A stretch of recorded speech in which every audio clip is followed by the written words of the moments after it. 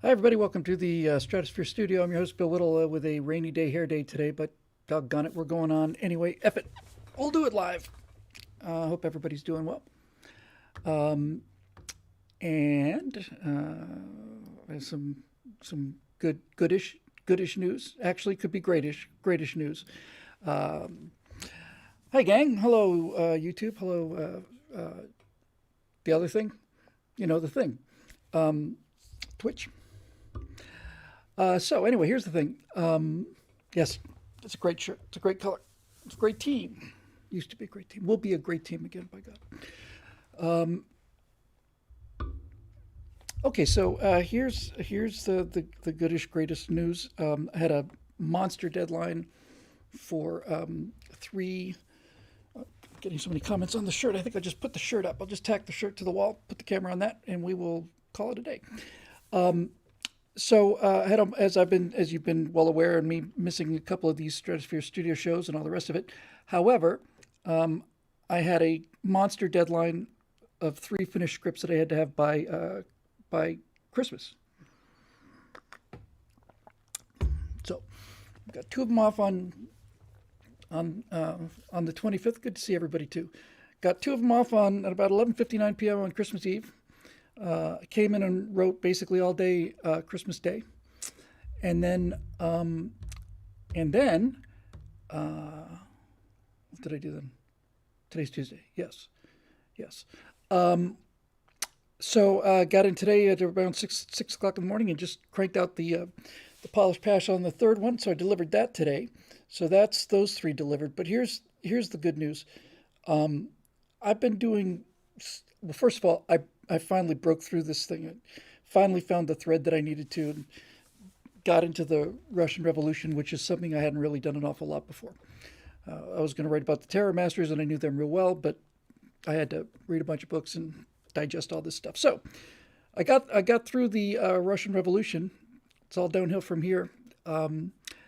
But best news is, in my opinion, anyway, as far as I'm concerned, I actually got to the point where, for once, I was clever enough. See, after 40, 50 years, things start to slowly begin to sink in. Got to the point where, instead of me wondering why I didn't like writing so much, this time I got to the point where I was just running 12-hour sessions, and I just kept telling myself, "This is actually fun, man. You're having a good time. Don't forget this. You're having a good time. This is fun. Don't forget." If I can maintain that, then that's a game changer because we get a lot more done when it's writing. Um, Hello, everybody. Hello, Keith. Hi, everybody out there. So I know I've talked about this before. Many of you are familiar with it. The problem with starting writing, since this is the entertainment show, the whole idea of writer's block, and you'll hear writers just go on and on about this, is about the only thing they can automatically write. If they got a problem with writer's block, the one thing they can write is talking about writer's block. However, the problem is, and I know I've mentioned this before, but it bears repeating. The problem is that when you've got an idea you really like, as long as it's in your head, it's perfect. Once you commit it to paper, uh, then it takes form, and it just never seems quite as good. But that's actually not true. That's what I've been telling myself for the last 25 years. Hello, Australia. Hi, Stephen. The fact of the matter is, and this is the big revolution in my thinking, which is why I'm anxious to come into work tomorrow morning and start writing all day. I really genuinely am. That's wow. That's a big deal. This time I realized, no, I've been programming myself. Been programming myself. Hi, Matthew. First time I saw you live too. And over the course of 4 decades of writing, yeah, at least started writing screenplays when I was 16, I think. I've been telling myself, no, it's never as good as it is in your head, and that's why I'm reluctant to put it down. That's actually programming yourself. And then these last couple of days, I said to myself, actually, no, it's better than you had imagined it. You you wrote what you were planning to write, and then you got a bunch of other cool new ideas, and you wrote those too. So it's been a revolutionary experience for me writing about the revolution, and just as a again as a sort of a just quick general tease, the the series keep changing. The names of the series keep changing as I get through them, and the things that I originally thought were going to be the episodes have changed quite a bit. Uh, what is it? Yeah, hang on. Lutheran Carnivore says, "Hey, Bill, I go back to the PJTV days, but I never used this handle before." Anyway, hello, Carnivore, or whatever your new incarnation is. Anyway, so here's the thing: the original, forget about the original. Right now, the three episodes that have been delivered. Episode one is called "Innocent People." It's basically just an overview of what where the bodies are today, and then what happened to the Romanovs. Second episode is called Bacillus, and that's about Lenin's trip to St. Petersburg and getting established there. And then the third one, I was going to call The Bloodbath Begins because I was just going to cover the revolution in, 2,000 words or something like that. And then I get on to the interesting stuff. Well, 8,500 words later, I had just finished the revolution. So this one is going to be called The Ramshackle Revolution. And I've asked the producers if we can do an extra episode to make it 8, and they said that they think that's probably going to be all right. So that'd be cool. And so I just want to talk real briefly about, before we go to questions, I want to talk briefly about the Russian Revolution in terms of just, while it's just still fresh in my mind. I've been living there for the last couple months, but been, visiting for the last couple months, been living there for the last week or so. Secret Order of Knightly Valor, as the super chat says, the platonic ideal of a story doesn't really exist. Now you tell me, you could have saved me so much time and effort, and we could have had so much more written if you told me that before. I'm kidding, of course, but it was a fun discovery. So here's the story about the Russian Revolution. If it hadn't killed 20 million people, the actual truth about the Russian Revolution would be absolutely full on hilarious. And I mean really, really hilarious. It's unbelievable how hilarious that whole thing was. One of the things, I obviously got a lot of factual material to cover, and I've got, as always with these episodes, I've finally figured out the formula for this. I've been doing it, I think, for the last three series, and I'm doing it on this one. I like to start each episode with maybe 2 pages of a real small little story that really got almost nothing to do with anything. Really hard to figure out what it is. I don't want you to know what it is. The one I remember off the top of my head was on the Cold War, my favorite episode called Cloak and Daggers, about spying. I opened that one with the story of these two UDT guys, these two UDT divers for the U.S. Navy, swimming into this harbor in Vietnam, and how they swam through pitch black water, and then that whole thing. It was a cool little story told to me in person by the guy who did it, and then we got into the rest of the stuff. So I've got good stories for the first 3 episodes, and I'm going to find them for the rest of them. But let me just talk a little bit about this Russian Revolution. So a lot of this stuff in the second and third episodes comes from a biography of Lenin, and the guy's name is. It's a great book, it really is. It's really, I've credited him as many times as I could, but honestly, I've just it's just all laid out for me there. Victor Sebastian, I think, just called Lenin. It's a terrific book. I highly recommend it. And one of the things he mentioned was, in passing, when he was talking about the Russian Revolution, he said that when they made the film about it, Sergei Eisenstein made a film called October about the Communist Revolution. And in this book, Victor says that Eisenstein used a lot more extras to make the movie than were actually involved in the actual revolution in Petrograd. And I thought, that's odd. And then I realized, I don't want to steal that line. I've already taken a lot of. I haven't taken any of his words. That's just plagiarism. But a lot of his quotes, I don't have access to primary sources, so you get the idea. I want to do something different.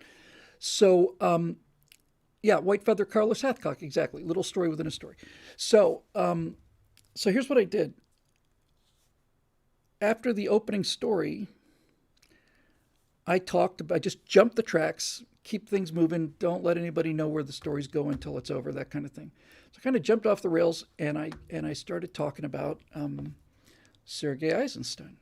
So he was the father of not only of Russian, I almost said cinema, beat me about the head if anybody hears me say cinema. If you see me in person, then make me pay for it. But he was the first and really greatest of the Russian movie makers. And Eisenstein, pretty much on his own, invented the modern movie. And he did this not through groovy camera work or any special effects or anything. He did it because he invented editing. Editing as we understand it. Prior to Eisenstein, editing was just tacking scenes together, right? D.W. Griffith in Birth of a Nation was starting to get a lot of the pieces together in terms of like close-ups and wide shots and that kind of thing. Originally, audiences were told by the studios. The artists making the very first films were told, you have to show everybody from the bottom of their souls to the top of their heads all the time. Otherwise, the audience will be angry that you didn't give them their full money's worth. That's honestly what they were saying. So D.W. Griffith comes along, not a good guy, brilliant filmmaker. He makes Birth of a Nation, which is basically pro-KKK propaganda. And that's not good, but I'm not one of those people to take away somebody's life work and pretend it didn't happen just because they turned out to be crummy people. So he invented the basic toolbox, right? All of these things I just mentioned: tracking shots, reversals, close-ups, cutaways, emotional reaction shots, reaction shots of bullets hitting, all of it. He basically came up with all of it. But Eisenstein was the guy who actually put it together. Matthew D. Rice says, what's wrong with cinema? And the answer is that's what Europeans call movies. And also intellectuals call them movies, and that's a mortal insult to me. So I started telling the story of Sergei Eisenstein as I heard it in film school back when I was at the University of Florida 100 years ago. And what he told me was that, first of all, Eisenstein had discovered the power of the edit, the power of it, not how to cut it, but the power of it. And the classic example is that Eisenstein would take footage of a man with a completely impassive expression on his face, and he would hold that shot, then he'd cut it to food, and then he'd come back to it, then he'd cut to more food like a feast, come back to it. And when people saw that, they asked him, what's the man thinking of? And they said, well, he looks hungry. Then they did the same thing with like a beautiful woman. They said, oh, he looks lustful. Then they did the same thing with scenes of destruction. He said, oh, he looks sad. It was the same footage. It hadn't changed. What came before the cut and after the cut, the piece of film, the cut before and the cut after influenced what was going on now. And it's incredible the power that had. So why was Eisenstein doing nothing but cutting up film and stuff when he could have been out there making movies like a young Steven Spielberg? He was 27, I think, when he made his first big film. Well, the reason is because Eisenstein started working for the kind of Ministry of Cinema or whatever it was in the Soviet Union. Started working with them in 1923, so 5 years after the revolution. And since it was a state-run enterprise, like everything else in the Soviet Union, the Bolsheviks didn't have the money to buy film stock or lab processing fees. Sorry, just want to take care of these. It sounded a super chat. First time chat from RF Realville, if I get that wrong. RFD Realville, excuse me. Does BW monitor this chat? No, I'm sorry. I'm afraid he doesn't. So they had no money. And Eisenstein, 20 years old, 20-something years old, and he is, thank you, Eric, he is burning, right? He's burning to make movies, but there are no movies. They can't afford film stock, right? This is what socialism will do for you. So the government couldn't afford to buy movie stock. So Eisenstein spent his first 5 years doing the only thing he could afford to do, and that was taking Western movies that they already had and re-editing them completely, and not just cutting the story as it existed. He would take parts of Western movies, put them together in ways that they had no relationship to before, and he figured out he could tell a story using existing footage that was a brand new story. It is just really brilliant. And so here I am in the third episode, and I'm just, why the hell is Bill talking about Sergei Eisenstein so much? I talked about his first film, which is his most famous film, and the one he's most remembered for, I guess, which was Battleship Potemkin, which is, I want to say, made in 1925, and it's the story of the battleship Potemkin, strangely enough. And Potemkin was a battleship that had mutinied during the uprising of 1905, the failed uprising that didn't turn into a revolution. But it was setting the stage for what happened 12 years later. So he makes this film called Battleship Potemkin. And it looks like the first modern movie, because it is. It's not an easy film to watch. I tried to watch it again. I watched so many films in film studies class. I learned so much in that class. So it's a little hard to get through. But what's not hard to get through is a sequence, the most famous sequence in the movie, and one of the most famous sequences ever. It's called the massacre on the Odessa steppes. And it recounts the story of how the Tsar's troops shot down a bunch of civilians. She shot them down in cold blood on the steppes of Odessa.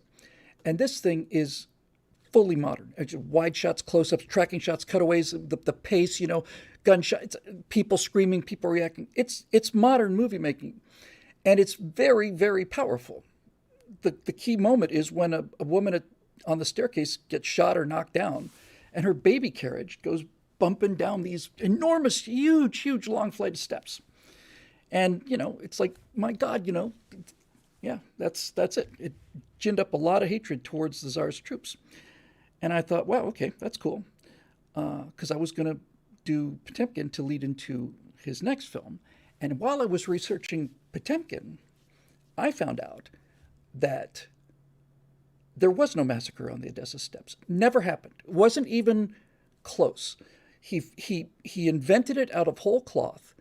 And what he did was, he did what Natasha and I saw James Cameron do a couple nights ago with Avatar 2. He created a story that was guaranteed to get you to hate the kind of person, the people he wanted you to hate, by making them threaten or kill either babies in the case of the baby Pram on Potemkin, or in the case of Avatar 2, the whales that did philosophy and also conducted symphonies in their heads and could do math and all the rest of it. So with a baby, by the way. So it's actually kind of a cheap shot. And when I found out that didn't exist, I found like a real angle for the rest of the episode. And the angle is that, like the Odessa step sequence, one of the most famous sequences in history, as I've said, look it up on YouTube, it's really good. That was made up. It was fictional, cut out of whole cloth. Sergei Eisenstein invented it. He was a communist. He was a true believer. And then the comment from the Lenin biographer came back to my head and said he employed more extras making the movie than were actually involved in the actual revolution. And that's when I finally had the angle on the story, because Eisenstein's second movie was called simply October. And it's the story, you've all heard the story, of the storming of the Winter Palace, where the entire population of Petrograd just rises up, and there are soldiers and shooting guys climbing over fences and then falling down, and women getting shot, and there's bayoneting guys. They're working their way in to get to where Kerensky and his cabinet is. And I'd seen that movie, and that was the story of the Russian Revolution. It didn't happen. It did not happen at all. It's invented out of whole cloth. I can tell you what did happen. What did happen was hilarious, except for the fact that I think 6 people were killed that night out of a city of 2 million. Here's what actually happened. All of the plotting and Lenin and the timing and Kerensky govern all of that.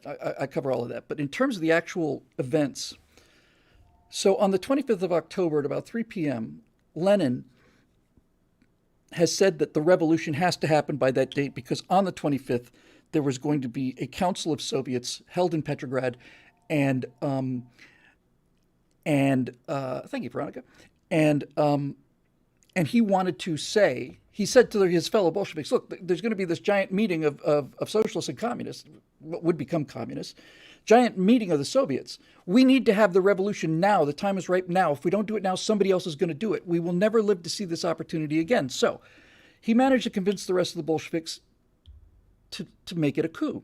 A lot of them wanted to do it legally and through the voting and constituent assembly. But Lenin said, no, we got to do it now. So on the afternoon of the 25th, Lenin goes into this meeting, this giant council of Soviets, which is being held at the Smolny Institute in Petrograd at Bolshevik headquarters. And he walks into this room and he says, the revolution has occurred and it's over and we won.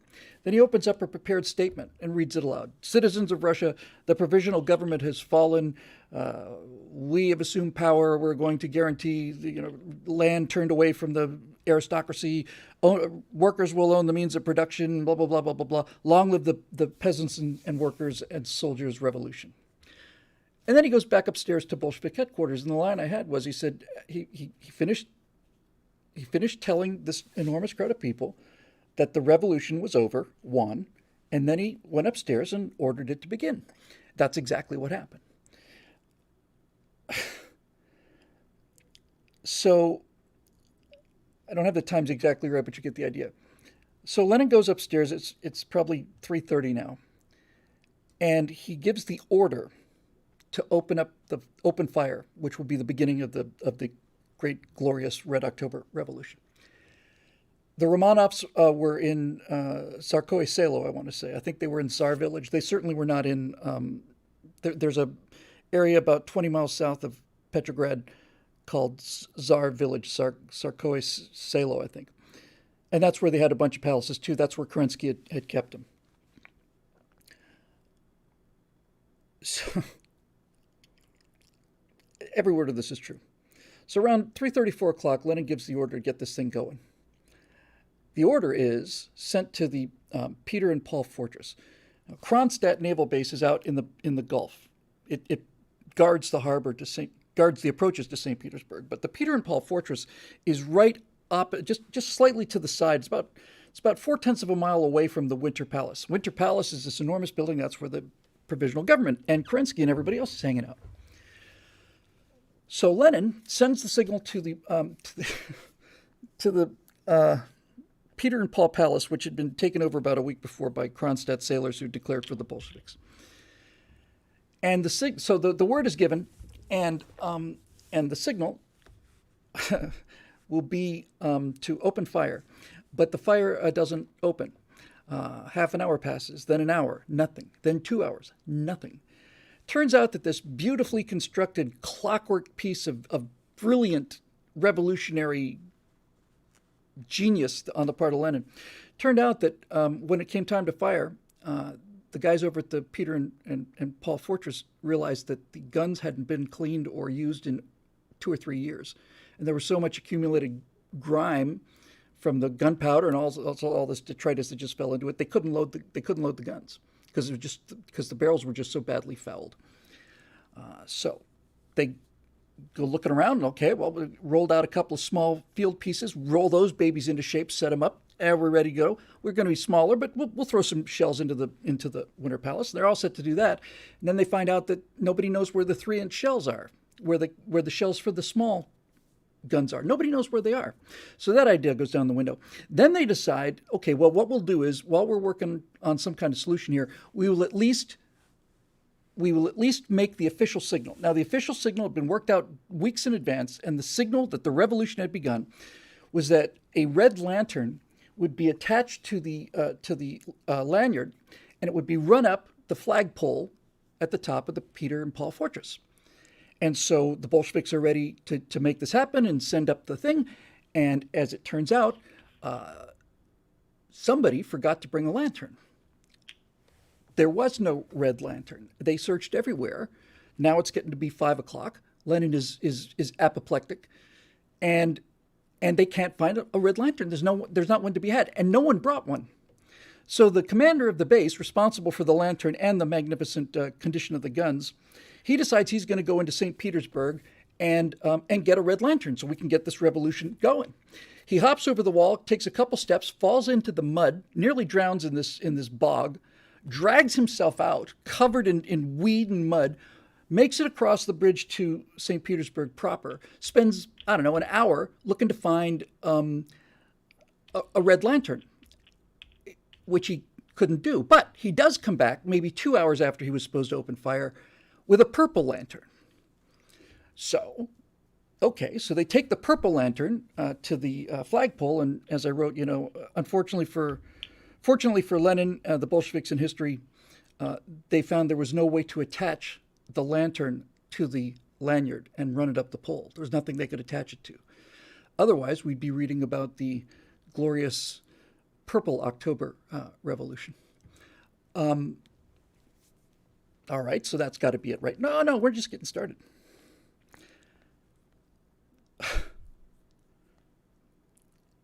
So, in a panic now, Lenin calls the Baltic Fleet commander and says, "Look, we got to get this thing going, and you got to help us." So the commander of the Russian Baltic Fleet, who'd gone over to the Bolsheviks, sends a cruiser, the Aurora, sends a cruiser over. It's going to be there in 15 minutes, and it's just chugging up the river, and it's going to take station opposite the Winter Palace. It's going to be a tenth or 2/10 of a mile away, and that'll show these capitalist, bourgeois in the Winter Palace that we mean business now. So the Aurora appears on station somewhere around 6:37, and the provisional government is in the Winter Palace, and they look out, and there's this gigantic cruiser, and the 8-inch guns on this thing's like looking down the Lincoln Tunnel, and they decide that since they couldn't do anything, they might as well not do anything. So they sit down to dinner and start eating their borscht. All that was left to defend the Kerensky government at the Winter Palace was some 200 Cossacks, two units of Cossacks, 200 cadets from a military academy, plus 40 members of the Petrograd Garrison Bicycle Squad, and, last but certainly not least, a unit from the, I got to get the name right. I'm sorry, I just have to get this right, because if I blotch this, I'll never forgive myself. Hang on a second. I got to get this exactly right. It's here somewhere, by golly. Hang on, everybody just be cool. It's worth the wait, really. It really is. I got to get this exactly right. So a all-woman unit called, yep. Working.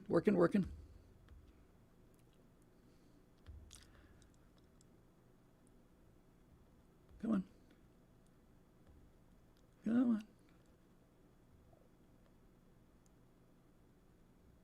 I'm sorry for the delay. I hate dead air, but honestly.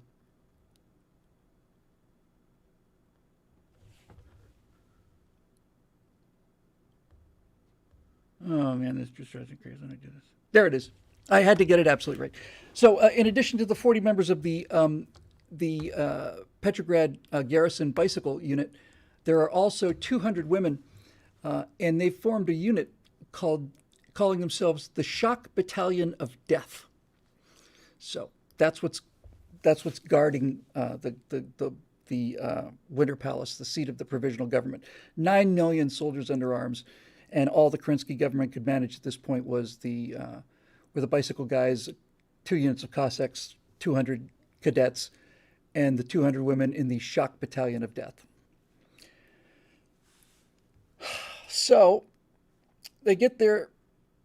Aurora gets there around 6. They send somebody off of off of the ship, goes over to the Winter Palace with an ultimatum, and he finds the Kerensky government in there. Turns out the Winter Palace isn't this. It's not being defended. John Reed, the American communist, walked in there in the afternoon, and just people took his coat. They offered to give him a tour. Just a slow day at the palace. Everybody knew it was coming. Nobody knew it was on. And so they send over this ultimatum that says that if you do not surrender by 10 after 7, then we will open fire without any further warning. Well, the provisional government declines with thanks, and then they sit down to their borscht. And then nothing happens for 2 hours. Then, finally, Aurora fires one round, a blank, intentionally a blank. And this one round scares the provisional government to the point where everybody hits the floor, and several members of the shock battalion of death fainted dead away.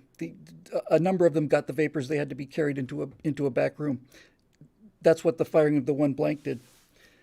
By now, Lenin is just completely beside himself. He doesn't know what to do. The guys on Peter and Paul Fortress, however, have finally figured out that maybe what we should do is to swab the guns and get those barrels clean, so they do that.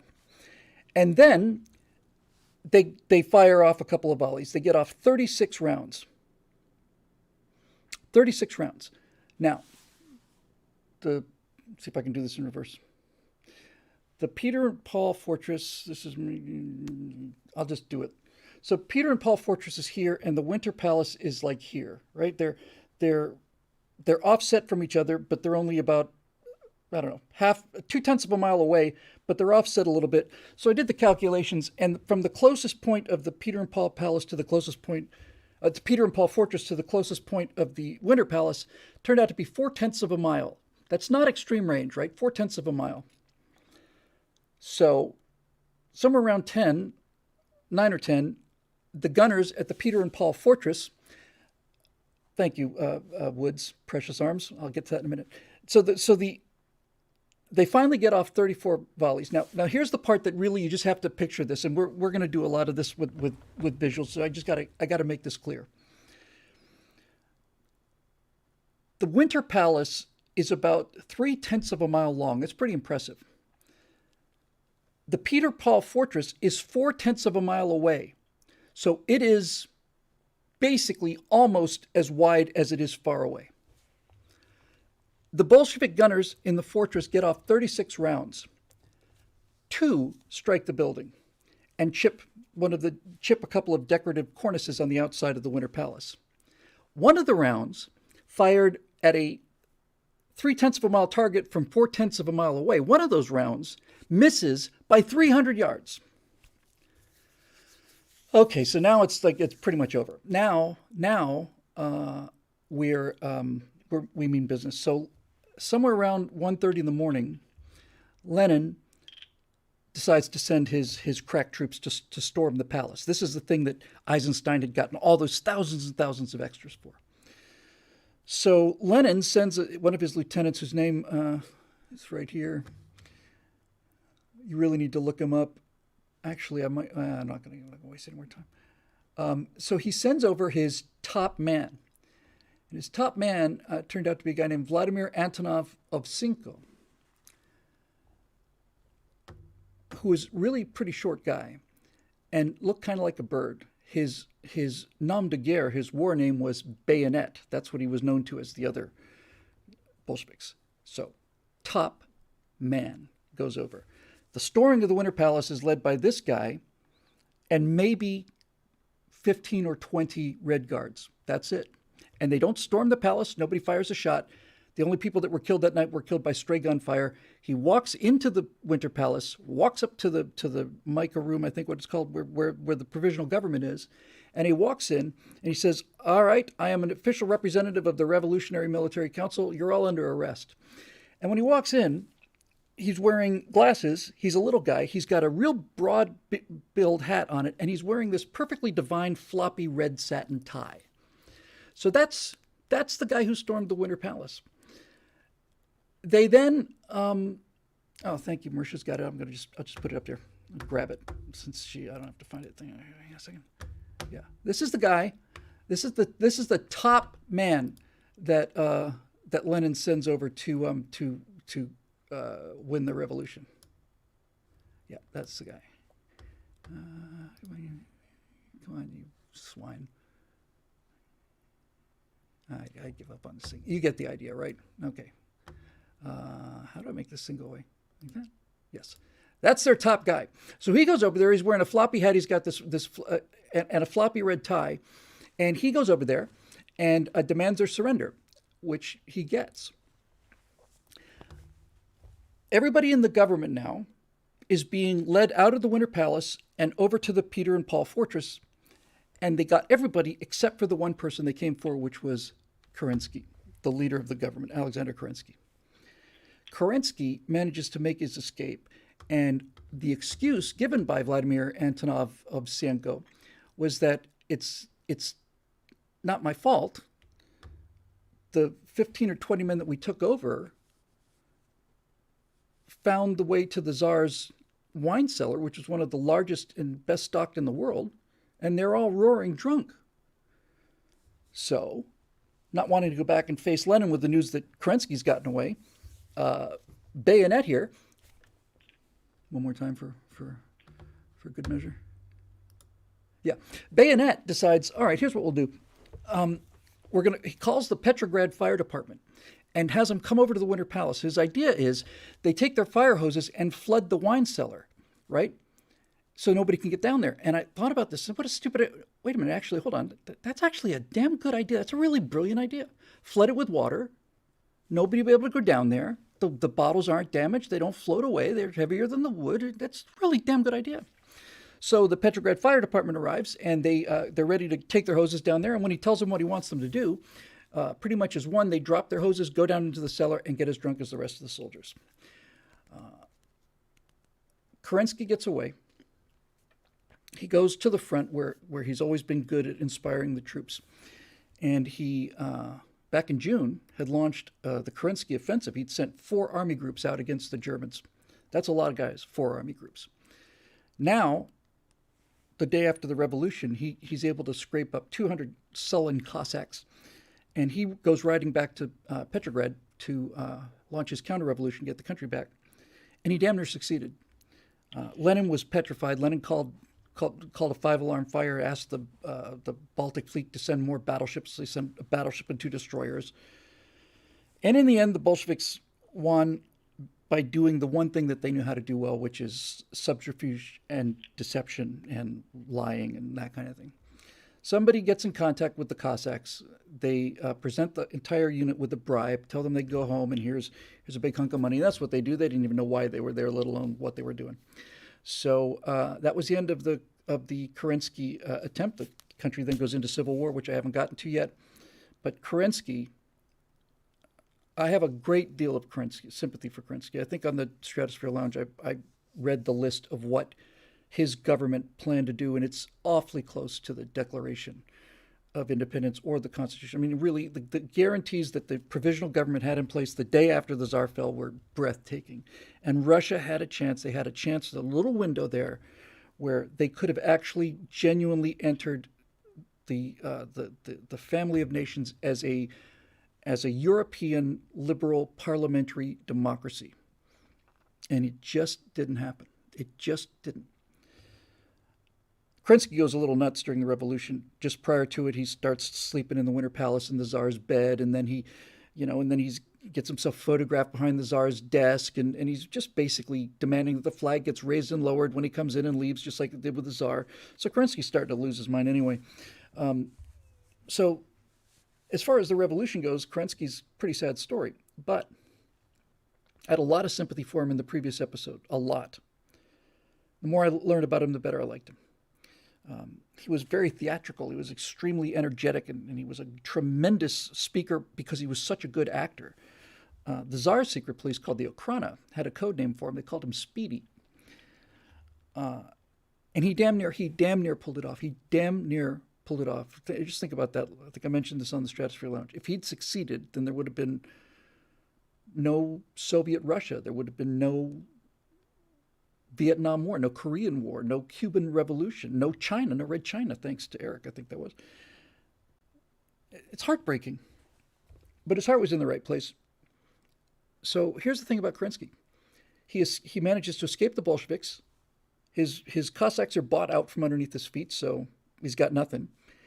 He basically heads for the sidelines and sits out the Civil War. Not involved, he's just there in case somebody needs the leader of a government. Time passes, and he realizes that the Reds are going to win this thing. He's not going to lose. The Whites are going to lose. So he moves to Paris. In 1939, he visits the United States, where he meets an Australian woman. They get married, go back to Paris, and then when Hitler invades France in 1940, Kerensky and his wife move permanently to the United States. He stays with her and tends to her while she was experiencing her fatal illness. She dies in 1946, and then Kerensky finds himself in the Upper East Side of New York City, where he is going to all kinds of cafes. He's not on speaking engagement. He's just hanging out, having a coffee, right? He's just a guy, and everybody loved him. He was back to what he always was. He was friendly. He was entertaining. He was speedy again.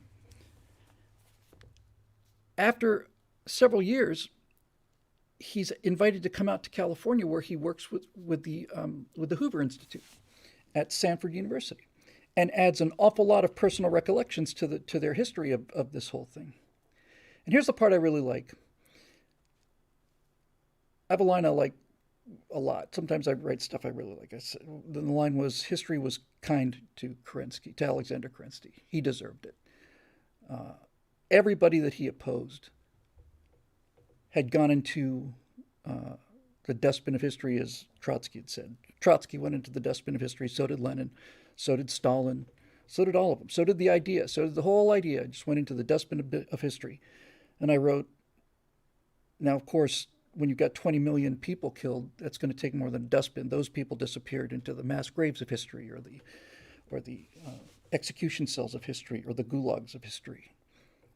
But Kerensky lived to see the moon landing, and died in 1970 of arteriosclerosis. I looked up the number one song at the time that would have been playing on the radio in the hospital in New York, and the number one song at the time was "The Long and Winding Road" by the Beatles. That's what he was listening to when he left.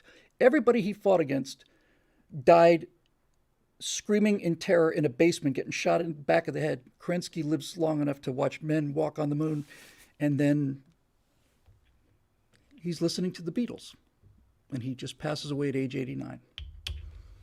That's a good episode, I think. Really happy with that. So I'm all jazzed now. Now I want to come in and get the rest of these things done, which would be nice, and I'm sure Daily Wire wouldn't mind that at all either. So it's this thing is just, it's hard to believe it's real. It is so close. He was so close, and then it all falls apart, and then on some small level, like, history gives him a consolation prize. Pretty small one, but I was glad it was there. This is just heartbreaking to think about what could have been avoided and how much could have been avoided if he had just been less indestructibly naive. Up until the moment of the revolution, he was sure that the coup attempt would come from the right, that the army was going to launch a monarchist coup attempt, bring down the provisional government, restore the Tsar. He simply couldn't see it. He absolutely consistently and continually underestimated Lenin and the Bolsheviks until they were knocking on his door. He just couldn't see it. But that's what happened. So that's the thing about my theory of telling history, right? You have to find the personal stuff, and you have to find the stuff that's interesting. You can hang all kinds of ornaments on that tree, but you got to have a tree. You got to be something there that's not just in May, on 16th of May, the following week, Lenin. Nobody cares, really. Nobody's going to listen to that. But when you hear the stories of these kind of things, and when I'm done, when the guys who are doing the set and the producers at Daily Wire, when all of us together are finished with this, anybody who sees this show will never ever think about the communists the same way again. They're going to despise them more and they're going to laugh at them more. That revolution was it was a farce. I mean, and I'm making any of that up. It's just one thing after another, right? The shock battalion of death, and they all just faint dead away, and they send this guy in a red tie, and it's a clown show. It's a clown show that killed 20 million people, and that's not funny. But my God, parts of it were. I was practically crying when I heard about this commander goes over the edge. We need who got the lantern? Vasily, you were supposed to get the lantern. Well, I thought it was supposed to be Ivan was supposed to get the lantern. Well, for God's sake, nobody got a lantern. The guy goes over the goes over the wall, falls into a swamp, and drags himself out, crosses the bridge, gets into St. Petersburg. Petrograd. He's just caked in mud. He's like, excuse me, do you sell any red lanterns? By the way, here's the last thing about this. This thing is true. It really was that kind of a goat rodeo. And out of a city of 2 million people, 6 were killed.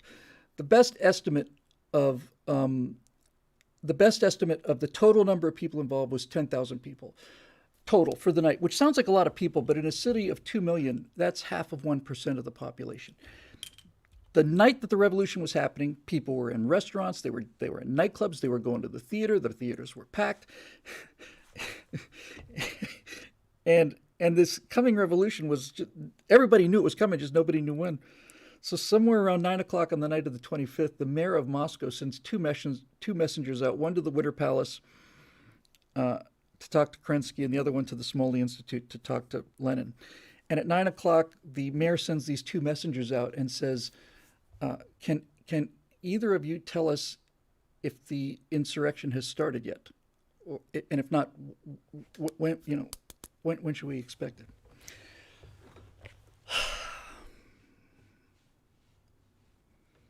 It is in every way, the inverse of the American Revolution. Nothing but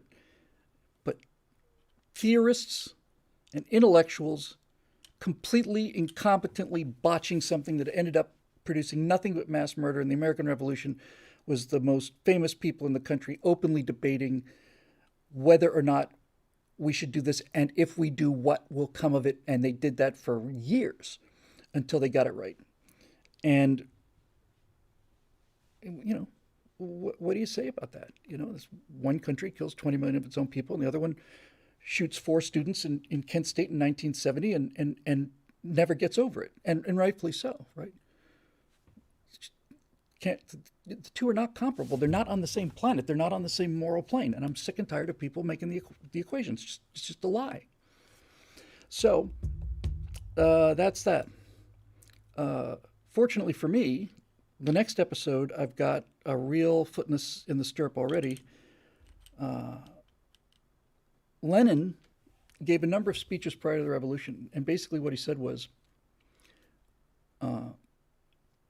look, people say, well, let's say you have your insurrection. Let's say we don't do it legally. We don't wait for this constituent assembly. Let's just say that we go with your plan. How the hell are we going to run this government? Yeah, exactly right. CCG in YouTube says 4 dead in Ohio. Yeah, I remember that song. 4 dead in Ohio. It was a shame. When I say it was a shame, I mean it was a shame. It was a national shame. 4 dead by accident, right? Pretty much by accident. In the aftermath of the revolution, in the weeks after the revolution, Dzerzhinsky, the head of the Cheka, admitted to 849 executions, but the real number was probably closer to 8,000 or 9,000. And I remember thinking, I just had this thought yesterday. I'm looking forward to the next episode, and a section of that's going to be episode 4 is called "The Bloodbath Begins," and one of the subsections is called "Iron Felix."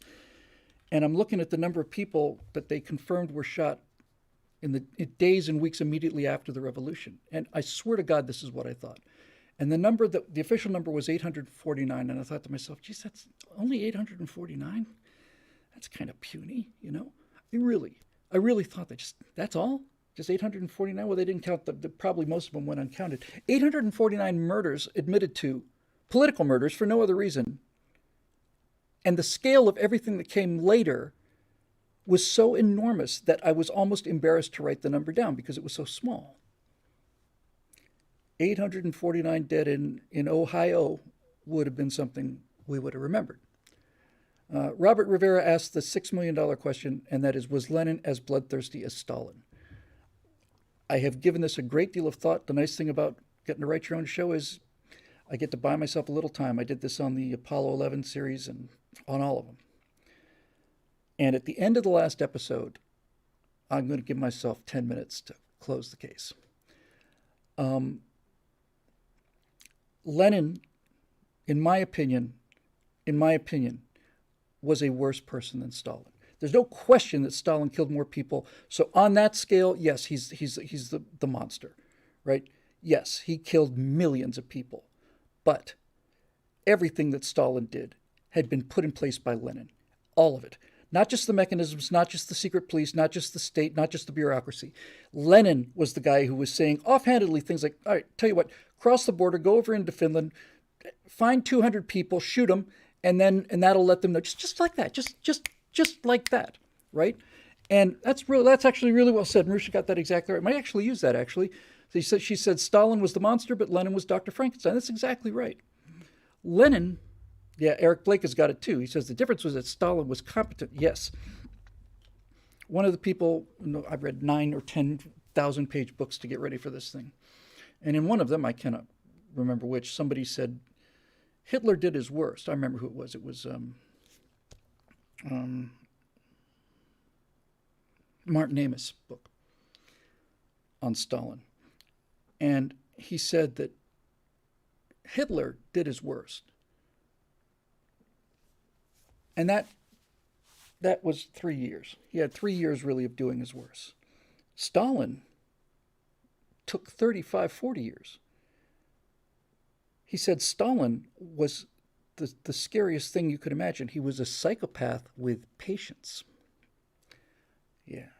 And that's how I'm portraying him, too. By the way, I'm not using the name Stalin. I'm not until halfway through the 4th episode, calling him what everybody else called him at the time, which was Koba. So, yes, Stalin was a monster. And he became more monstrous over time. And his wife committed suicide in 32 or 33, and after that he was just never the same.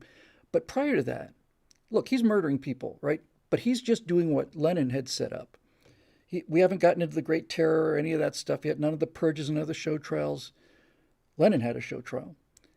But Lenin set it all up. And prior to his wife's suicide, there was a humanity to Stalin, like a garrulousness, like a gregariousness to him that I never saw in Lenin.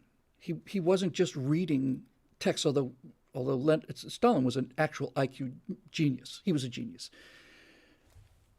But Stalin would have these enormous lawn parties in Sochi, down on the Black Sea where my wife came from, where she was in Moscow before that, and then Sochi before that, but born in Siberia. But you get the idea.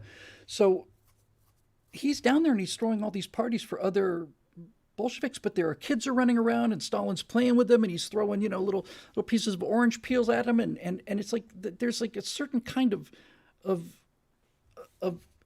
humanity there that I never ever saw in Lenin. Lenin was a very emotional guy. He was very close to his wife. He liked to go on hikes, but he did not like being around people at all. And there was never a moment in my look into Lenin's life where I felt like he was somebody I wanted to be around. But there were moments, and I'm not afraid to admit it, there were a couple years, one of the Russian woman who was writing at the time called these years the vegetarian years. But there was a time there where he actually looked like he was kind of fun. And that's before the big murdering started. I saw something here. Somebody had asked, here it is. Marusha said, do you think future generations will have propaganda films about the January 6th clown show? Not if I have anything to do with it. I was talking about that today on one of the right angles, just to get it out of our system. They were talking about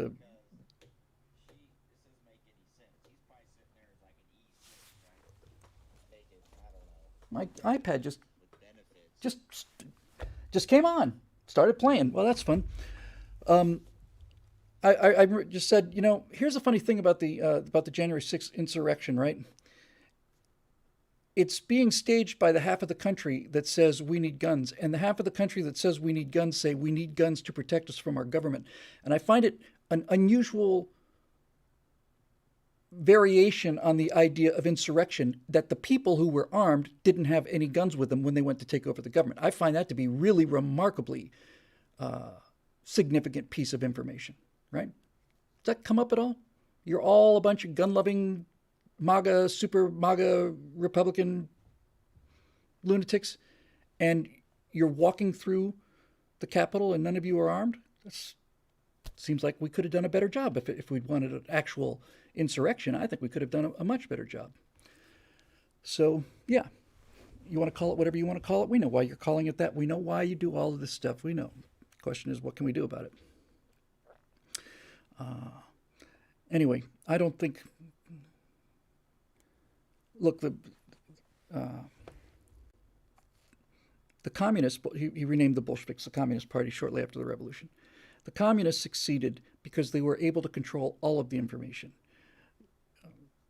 I many times talked to my wife about how much excitement there was when they would get a chance on New Year's Eve, where in the final days of the Soviet Union, where they would ease up enough so that at maybe 2 o'clock in the morning they might run Once Upon a Time in America. And it was a real privilege and a genuine pleasure of mine to be able to take Natasha to an event where she got to meet James Woods, who was basically one of the only American stars she'd ever known or seen. And despite the fact that social media is a gigantic amplifier, it does also mean no matter how much, look, we're having this conversation, right? 250 people on YouTube, which is a really good number. It gets bigger all the time, especially for Stress for Studio. We got 47 on Twitch, 300 people. And this message is getting out, and it'll get out wider than this. And Joe Rogan gets out to more people than any network TV show in existence. And Jordan Peterson and Ben and all the guys at Daily Wire. I mean, and Elon Musk, buying Twitter. It's like they can't control all of it. And so this you can't stop the signal. Right? That's that line from Serenity or Firefly, I forget which. Yeah, you can't stop the signal. Signal will get out. Anyway, Equibo says, according to the January 6th hearing, Trump knew they were armed and some Proud Boys were armed.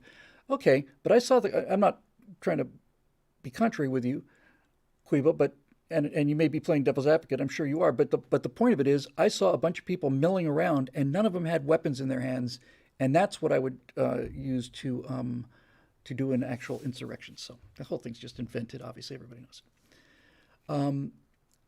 So anyway, that's that. All right. So hey, look at that. That took an hour and a fun hour. Let's dive into the questionnaire, shall we? I know I post them on Facebook. I know it seems like, you know what? I'll do Facebook first tonight because I just feel compelled to do members first. And I never get through all of them, but at least virtually all of the Stratosphere Lounges, including the one in 2 nights I'll do from BillWhittle.com. So we'll work out of the Facebook page today just to keep you guessing, just to build up just enough hope, right? Just enough hope to keep you going for another year or two. Just enough. I'll give you just enough for the city.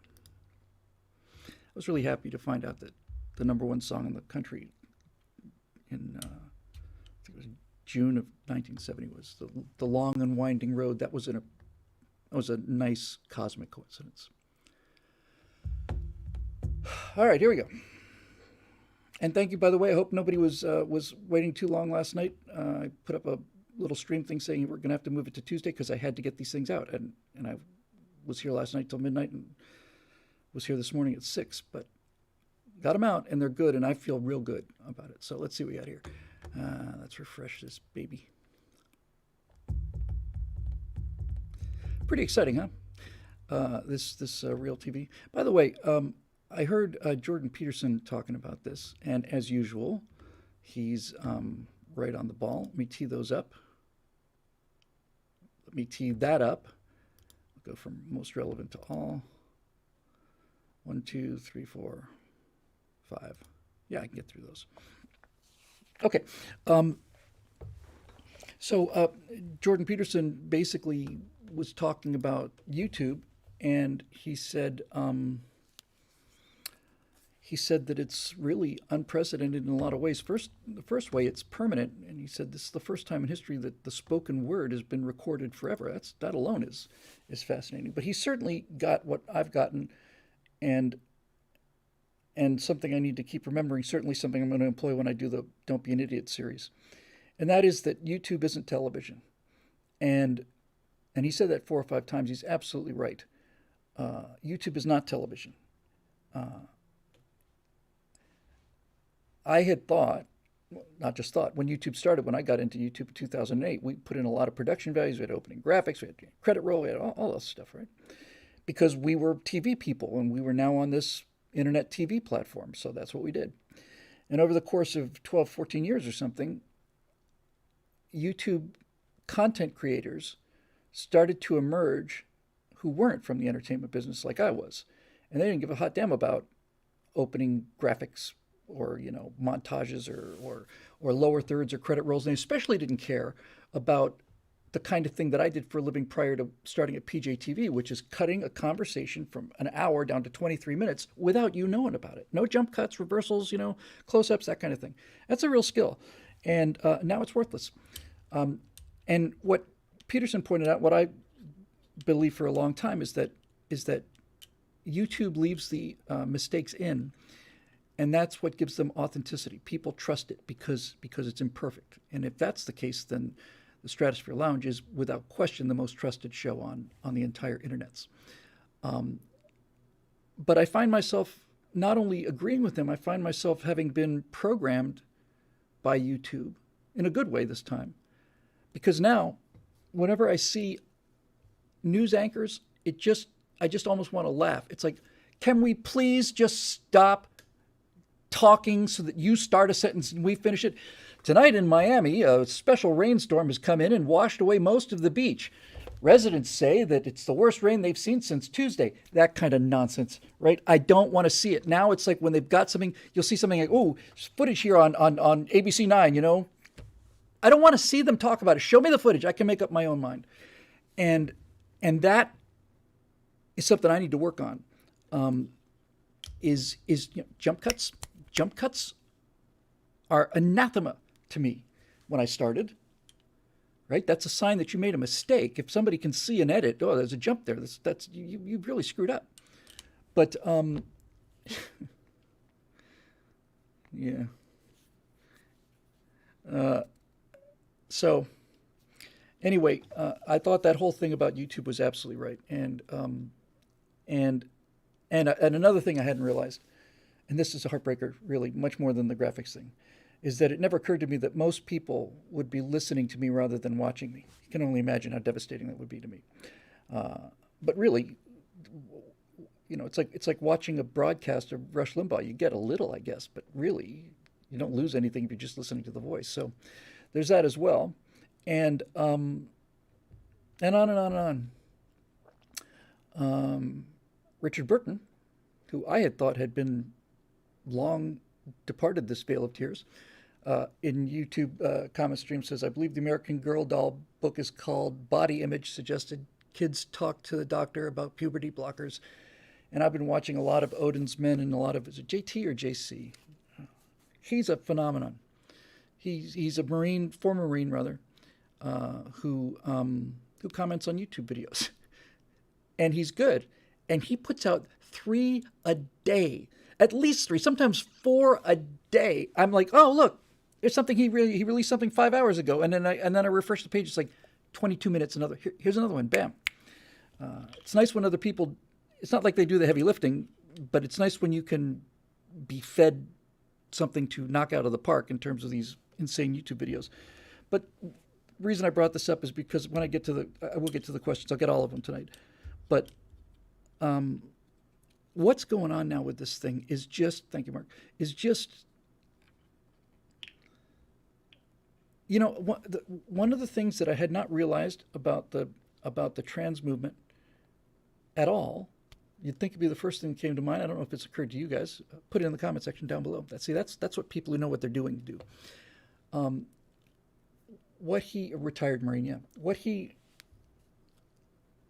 What a bunch of people have said and kind of made me realize I don't think anybody actually came out and said it is that one of the benefits for the people that are pushing this is that the whole trans movement is that any anybody who undergoes it, whether they have the surgery or not, becomes sterile.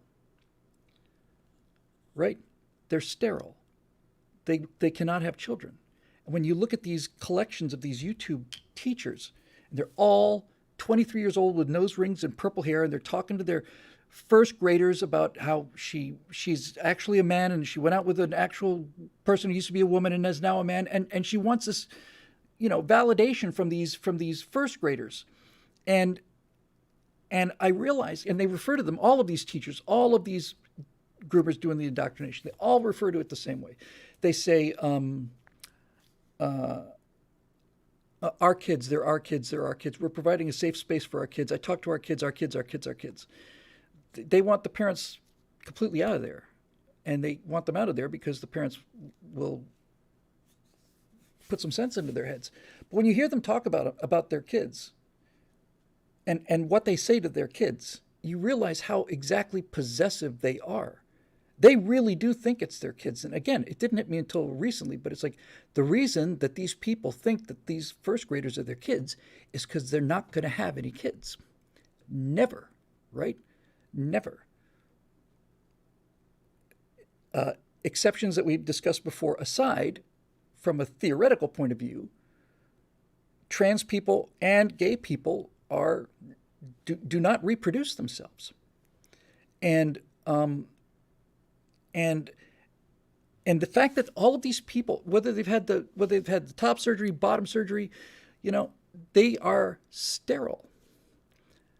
And what I'm seeing across the culture with this, what's the name? Dylan.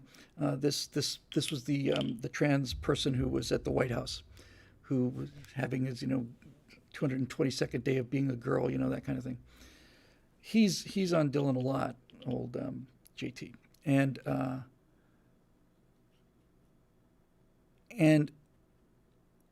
what this thing is doing is it's openly stated is they are trying to normalize this stuff.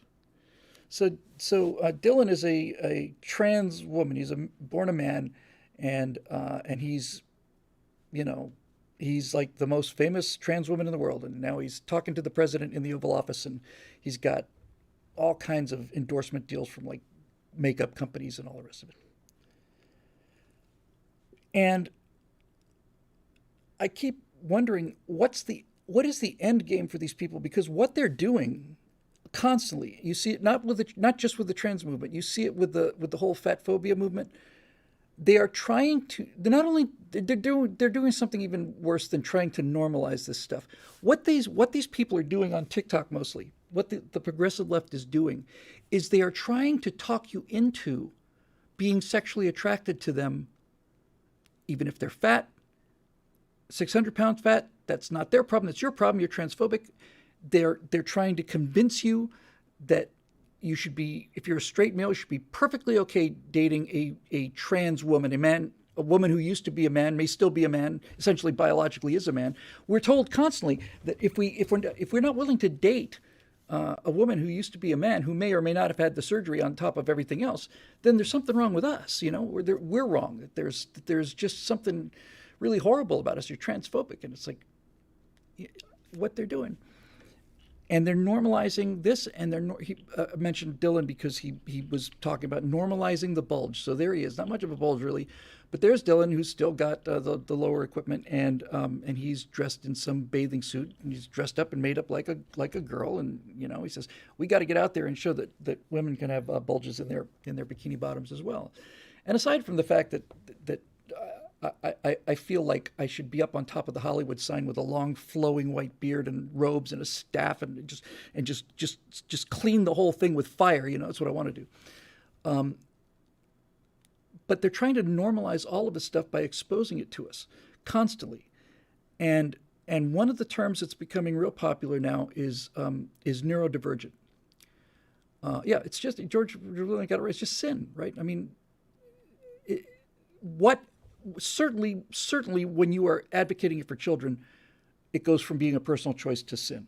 And when you are trying to make confused teenagers who every day become more and more confused because they have no human contacts, they have no human connections, they don't have human friends, they have friends through their cell phone, they have followers, they don't have friends, they don't have anybody to talk to.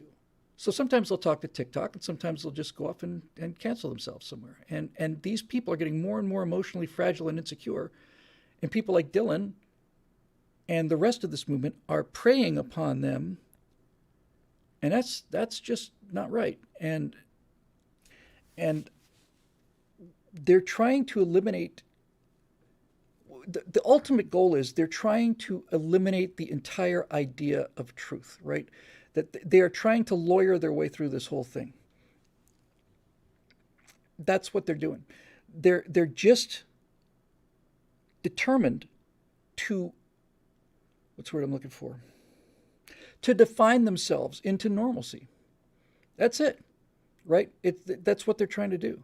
But what's the end game for these people? I mean, really, what is the actual end game? They can talk all they want to. They can make whatever accusations they want to. They're not going to turn straight men gay or straight women into lesbians, and they're certainly not going to turn straight men into guys that are looking forward to settling down and starting a family with a person who used to be a man and now is a woman. That's just not going to happen. So what is the end game for these poor people? And I say poor people because, while many of them are extraordinarily obnoxious, nevertheless, they have no end game.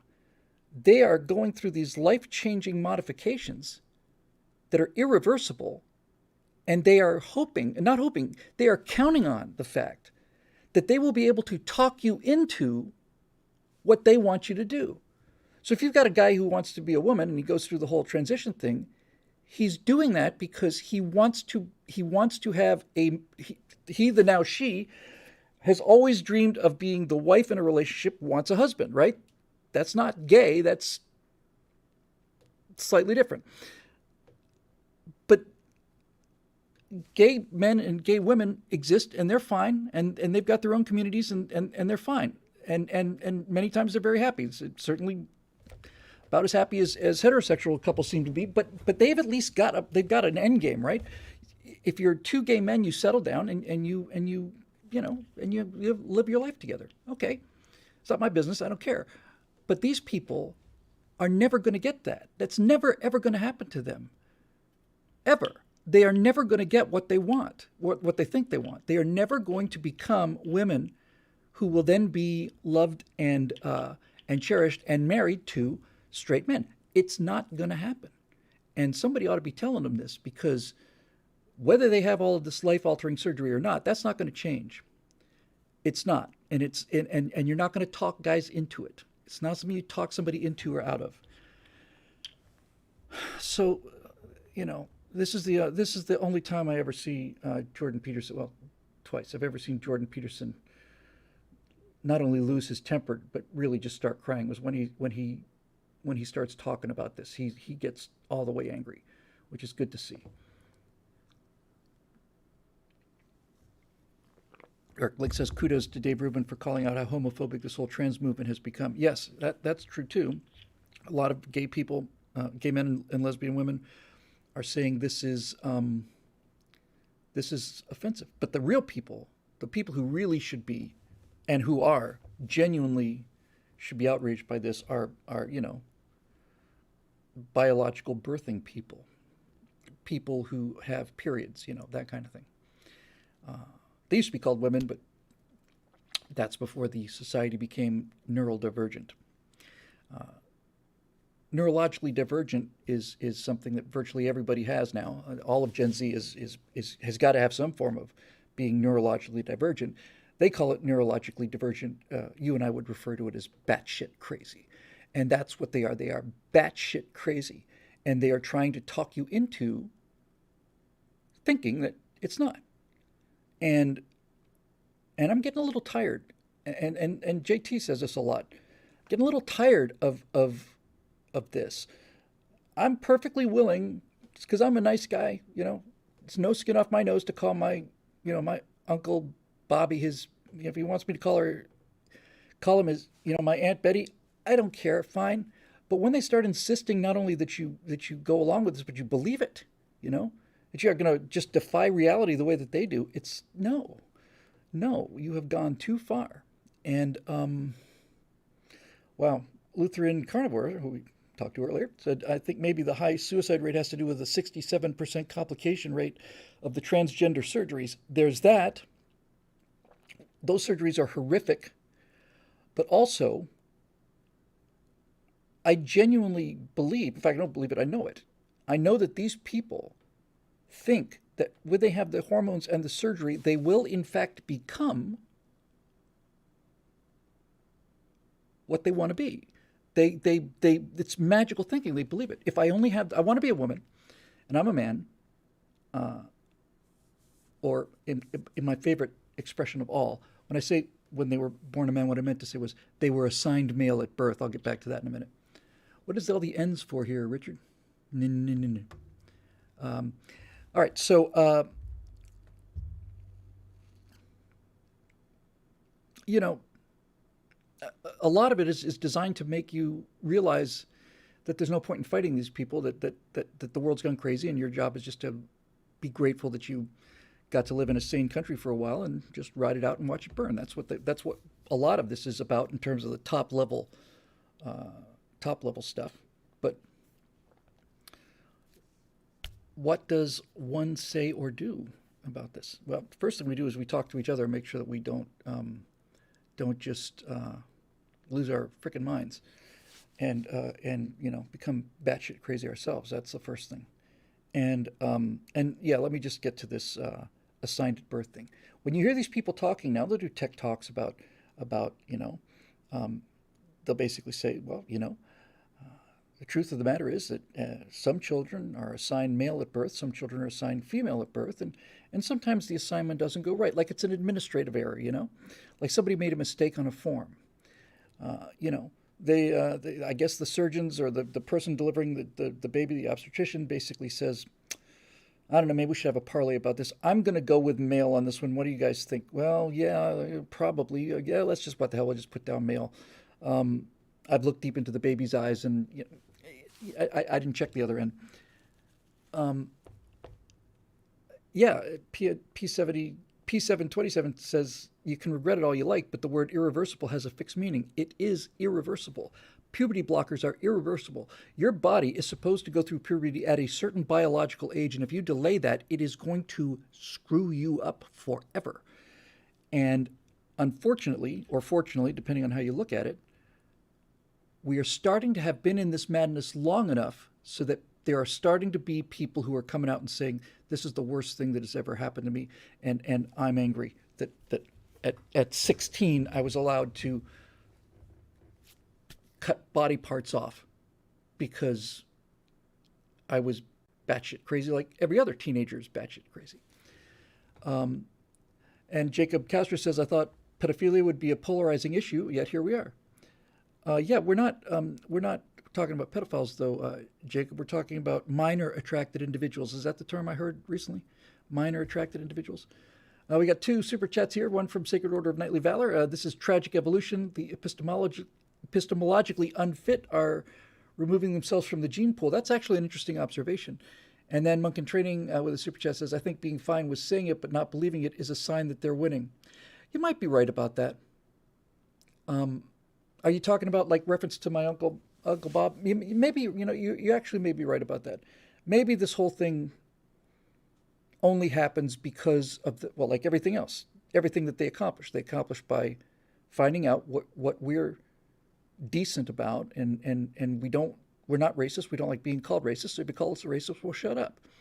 Exclusionary. We believe it's not some kind of calling. It's not like it's because it's part of the Boy Scouts, but we believe you should live your own life and be free to live your own life. And if you're a consenting adult, it's none of my business. So they use that to get you to agree that you should be a nice guy to call your Uncle Bob Aunt Betty. And I was on that platform until 20 seconds ago. as he points out, that may be, in fact, almost certainly is, what allows this whole thing to go off the rails, right? Um, yeah, that's probably exactly right. That's something really to think about. If you if you give them that, this is the problem with the left, right? They talk about huge injustices and they want a tiny little thing to repair it, and they end up taking huge things to fix something that's barely there. Yeah. Now I felt a whole lot better about all of this prior to the midterms,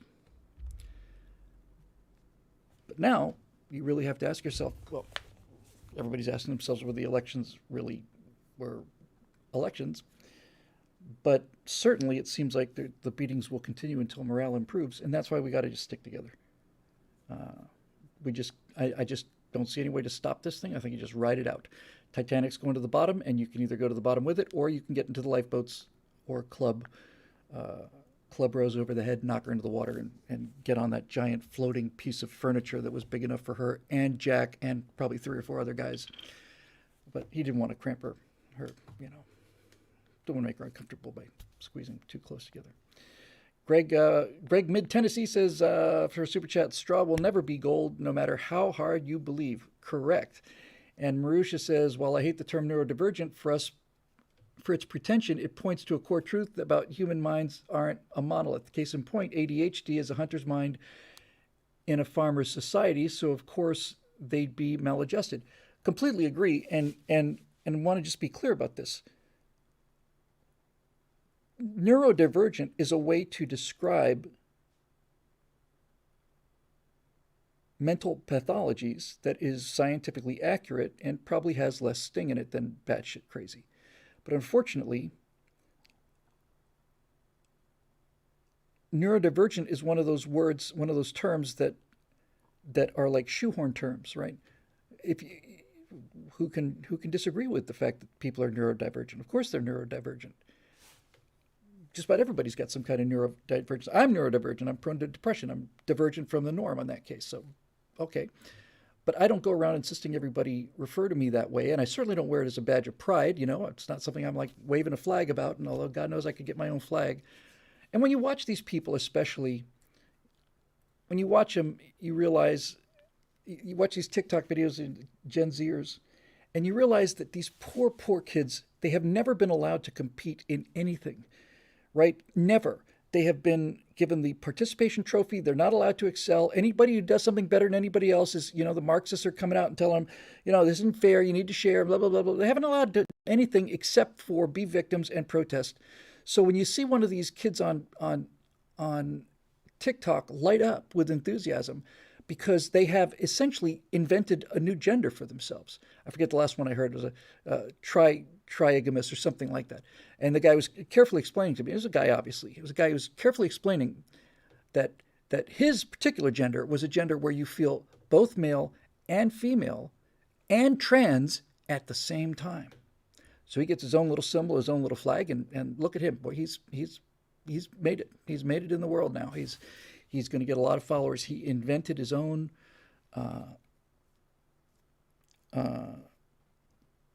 gender, and he'll say he's neurodivergent, but in truth, the fact matter is he's just batshit crazy. And by the way, if we want to put an end to this, and I do, I think that's the only way to do it, right? Is to just say, no, we're not going there. You're not neurodivergent. You're batshit crazy, right? And we're perfectly willing to be batshit crazy on your own time in your own house. But when you're trying to make our kids batshit crazy, and when you are trying to recruit people into irreversible surgical procedures that will either scar them for what may be left of their life in order for you to have personal validation about your own batshit craziness, then this is time to start saying this is batshit crazy, and we're not taking it anymore. It's like they're trying to normalize all this stuff. So now they're saying, well, you're just a cis male. I'm not a cis male. I'm a male. Right? You don't have to qualify me by saying cis male. I'm a male.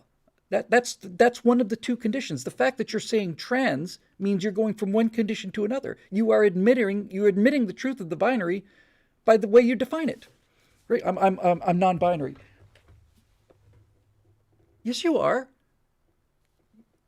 I mean, no, you're not. You're admitting that you had to leave one of these two conditions to make a third condition that you invented. This is why we get the assigned at birth, right?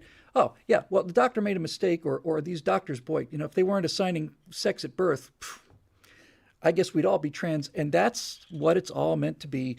And when you look at, I just want to say to these people. So I just have two questions for you. So if somebody has children in the deepest part of Africa, and there are no doctors there to assign birth, to assign a gender at birth, how do they figure all this stuff out? The second question is, I'm pretty sure that animals don't have doctors to assign them a gender at birth, and they seem to be able to divide into these two binaries pretty much universally. Define our way out of sanity, define our way out of normalcy, all the rest of it. And I don't want to hear about the party of science ever again. All right, back to the questiones. Or into the questiones, I suppose I should say. All right, here we go. I'm going to do 5 of these, and then I'm going to upload this stuff, convert it, then upload it, then I'm going home. All right, so here we go. From Facebook this time. Joe Pomeroy. Good evening, Bill. Good evening, Joe Pomeroy. I'll redo a question from a week or two ago that I think will flow with whatever is currently trending. We're always up and down with the current thing here.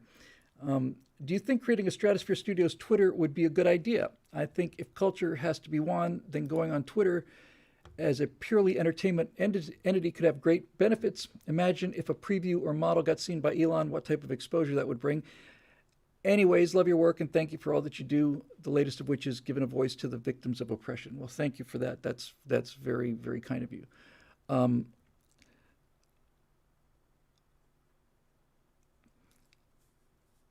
I've said this quite a few times, and I'm not happy about it, but we don't get to control what reality does to us. We only get to control how we react to it. It is extraordinarily bad luck or planning on my part, I'll be willing to own that too, certainly, that the instant that I finally finished this animation project, I had to drop the animation thing completely, all of it, including Stratosphere Studios, all of it had to go just immediately. That was painful, but it was also necessary. And so I am looking forward to getting the last of these scripts out the door so I can at least ride that horse part-time. And as far as being seen by Elon goes, I actually did think about doing that commercial about the Chinese moon landing, and instead of making it a pitch for the Free Frontier for crowd-funded space exploration, which we talked about in 2011 or 12 or something, I think, I would just basically have them be, they're met by these astronauts. The Chinese step down the ladder and they plant the flag, and all these Chinese people are leaning forward and crying, and do a reverse shot. You pan off to the left, and there's a Tesla rover, and the guys are wearing these super cool 21st century suits, and in the background there's all these starships packed, and they've got a casino there and all the rest of it, and the guys say, come on, welcome, we got a room for you, you're going to love it here. If I made that, and I can make that, that's actually pretty simple compared to the stuff I did already. I feel the chance of Elon Musk getting a look at that is pretty near 100%. It'd be 30 seconds long, right? So one of many things I have stacked up in the pattern, waiting for their landing clearance. So thanks for that, Joe. And thanks again for the kind words. Jacob Belchak, hail Bill, what makes good art? I'm glad you asked. These are the kind of questions I really like to deal with. Jeff Childers says, what scares me is who will take over Twitter when Elon dies. It's a super chat from Jeff. Jeff, I became concerned about Elon and Arkenside, but I don't know. Anyway, I'm going to move on. But in any event, oh wait a minute, hang on. This is interesting.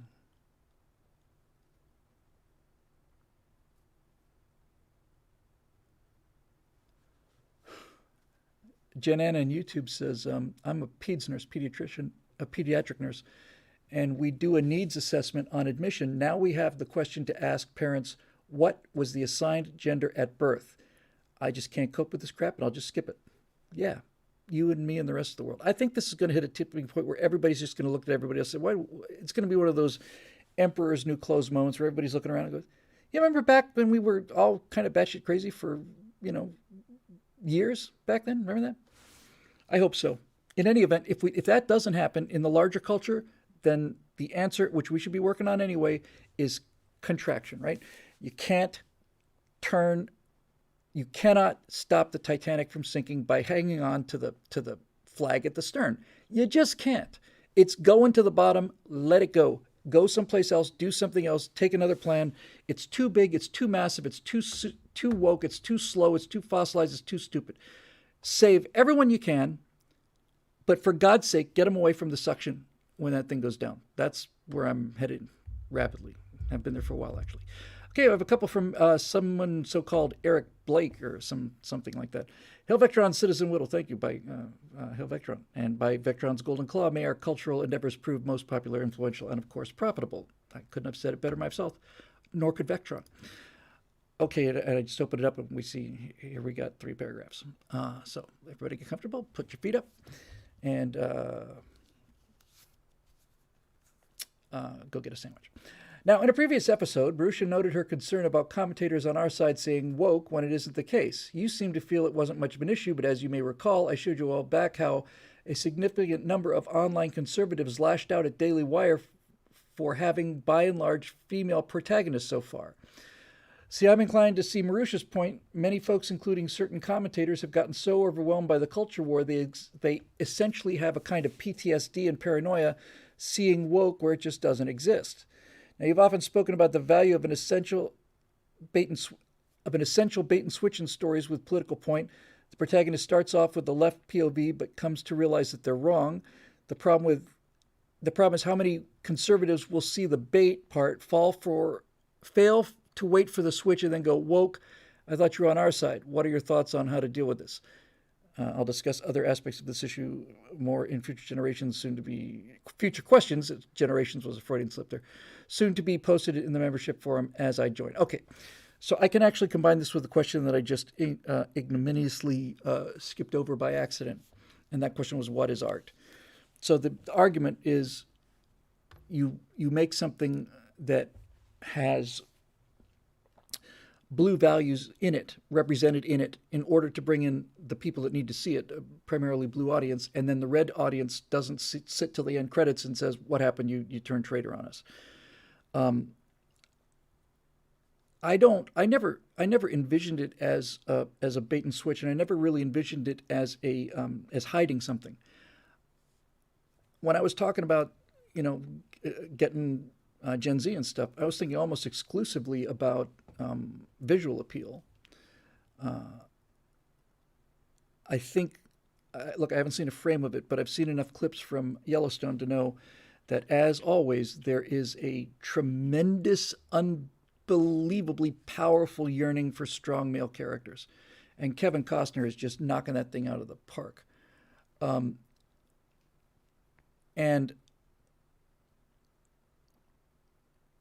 that kind of thing is the kind of thing I want to do, but I want to do it with laser beams and and spaceships and robots and stuff. So if it's so heavy-handed that people say, "Oh, that's the progressive stuff," and then, "Oh, that's the conservative stuff," then I failed.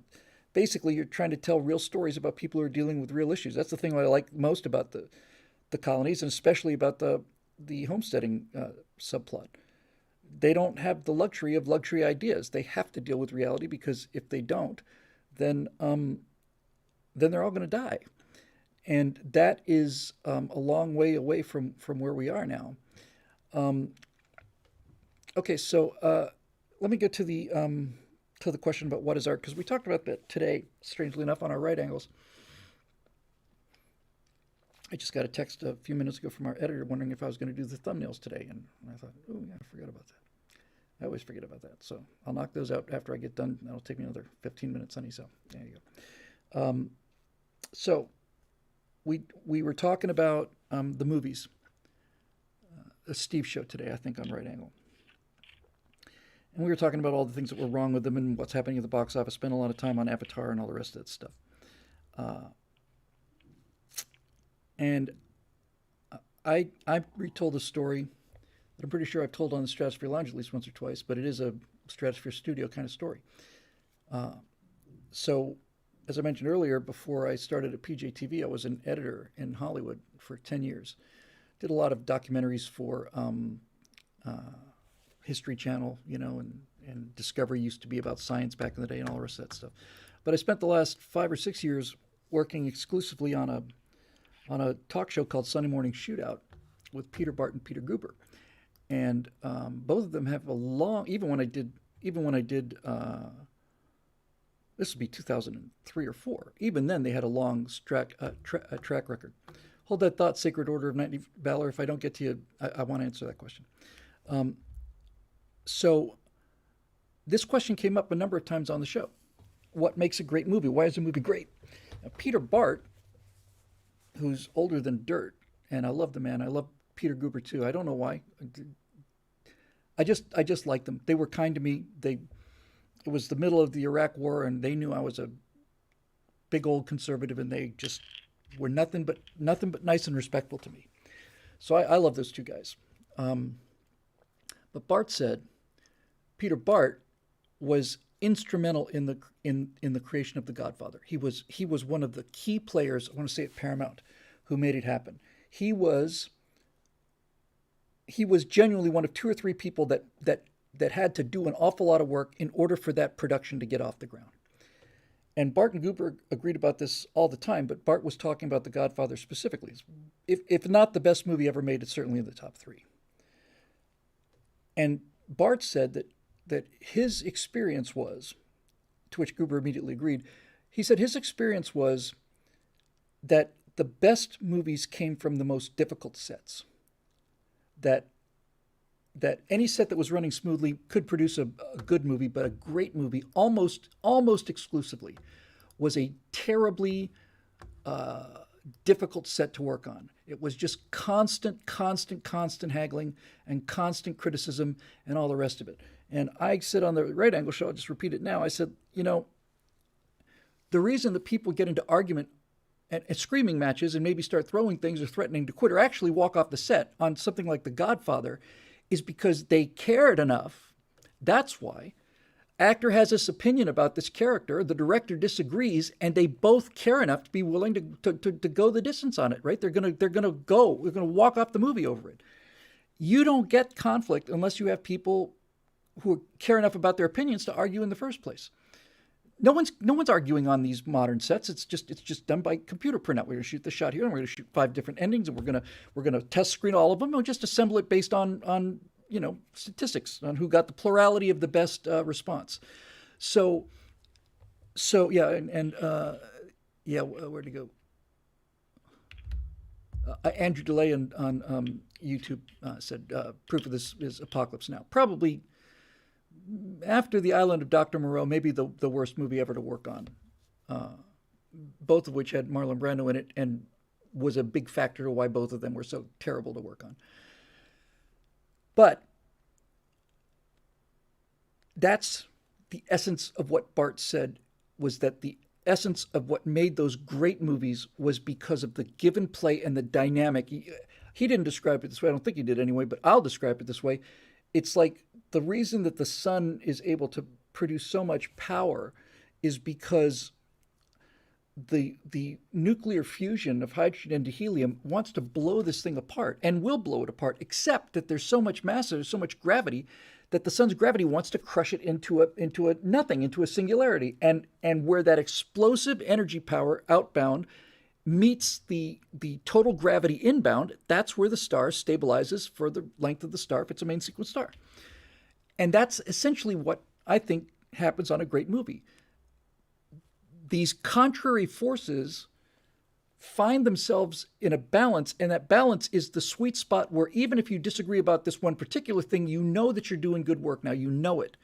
I've seen movies, Natasha and I remember we saw the Tom Cruise remake of The Mummy, which just, I'd like to say was one of the worst films I've ever seen, but frankly, it wasn't good enough to be a bad film. I have no memory of it at all, practically.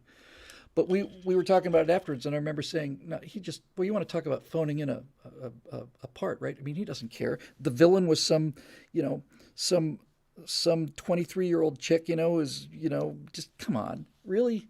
Oh, she her skin does all right. Um, but no. Um, so that it's that conflict that makes good art. And I'm going to zip through this again, even though it was practically a staple of the Stratosphere Lounge. For those of you who may be watching on YouTube, not heard this before, I'll just tell it to you real quick. Um, I'll tell it to you, but I would tell it to you, but I just a second forgot what the hell it was. Um, well, that's so annoying. Talking about conflict. Oh, come on, come on. I hate it when this happens. All right. It'll come back. And when it comes back, I'll jump on it. Meanwhile, there it is. Super chat from Sacred Order of Knightly Valor says, "Have you seen Star Trek Continues? Truly canon-worthy sequels to the best original series episodes. Finishes the 5-year mission in 11 issues." I have seen it, Knightly Valor, and thank you for the super chat. Star Trek Continues is a fan film, and it is an order of magnitude better than any of the other fan films out there. And I'm going to include Axanar in that. I really am. And the thing that's so delightful, the thing I like the most about watching Star Trek Continues, is that Vic Mignogna was a huge fan, and a huge fan of William Shatner, and was apparently a Shatner impersonator, and he got his build is exactly correct, and he got the hair exactly correct. He got the walk exactly correct. And there are moments, I swear to God, there are moments in Star Trek Continues when you'll see him turn, and I'll think that is William frickin' Shatner. Just instantly you make that connection. So that is fantastic. He's off the charts great in that. He makes the whole series. His supporting cast is pretty spotty. The Spock guy doesn't really look like Spock, but he's a good actor. The guy who plays McCoy on that is just awful. For Star Trek Continues, they got Jim Doohan's son to play Scotty, and he does a great job with that. He looks like and sounds like Mr. Scott because Mr. Scott's his dad. But a lot of the supporting players are just, especially the McCoy, he's just unbearable. He's just really wooden. Now, Robert Rivera asked a question that's fun to answer. How do fans create the sets for these films? Well, as I sit here, there are at least, no, there are three. There are at least two good Enterprise bridge sets. In fact, Enterprise interior sets. One of them is good, and the one that Vic Mignogna did is unbelievable. So one's real good, but the other one's perfect. Perfect. And the lighting is perfect. And little things, but they're so important. When Mignogna did Star Trek Continues, he shot the thing on high def video, but the finished product has a 4:3 ratio. It's got the old TV box, much squarer look to it, because that's what the original Star Trek had, was 4:3 instead of what is it, 16:9 or something like that. So so it's just perfect, and you can tell that episode, that show is all of them are labors of love, right? All of them. But this goes back to the question of what is good art, right? What makes good art? What makes good art is you really have to care. You have to love it. You have to love it enough to make it happen. Dan says, I wonder if Bill knows about what happened to Vic Mignogna, the lawsuits and whatnot. I read a bit about it, and I personally just scratched the surface. I didn't see anything that made me go, oh my God, but that could be the case. So it's just love. It's just love, and it's there in every frame. Now, come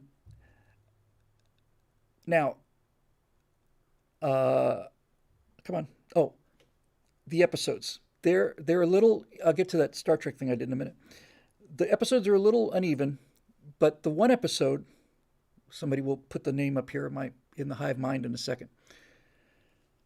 There is one episode of Star Trek Continues where a transporter error leaves Kirk stranded on. They're trying to rescue another Constitution class ship, and and the transporter does its thing of splitting people up, and it makes a copy of Kirk who stays on this vessel, and the other copy of Kirk beams back to the Enterprise. And since the Enterprise crew sees that Kirk's aboard, they just go sailing off, and they leave this other Kirk there for 60 years, 40, 50 years, something like that. He's all alone. He has nobody to talk to but the computer. And that episode is is one of the five best original. It's one of the five best Star Trek episodes of all time ever.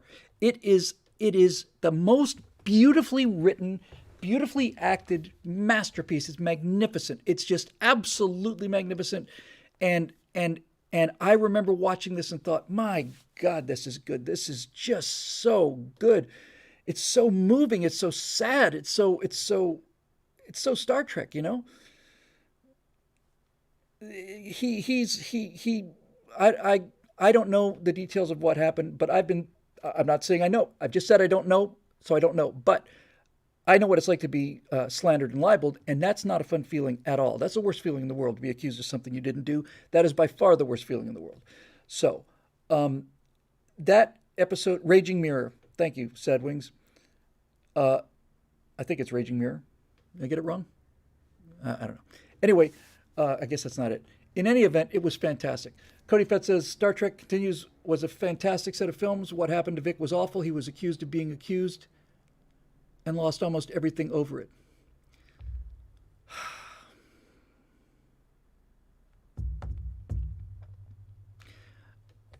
They will not win because we will not let them win, period.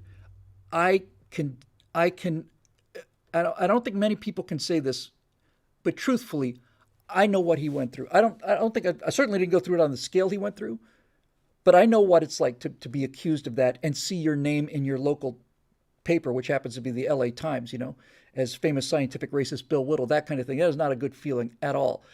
And my heart goes out to the guy, and would have regardless of what happened here. I don't.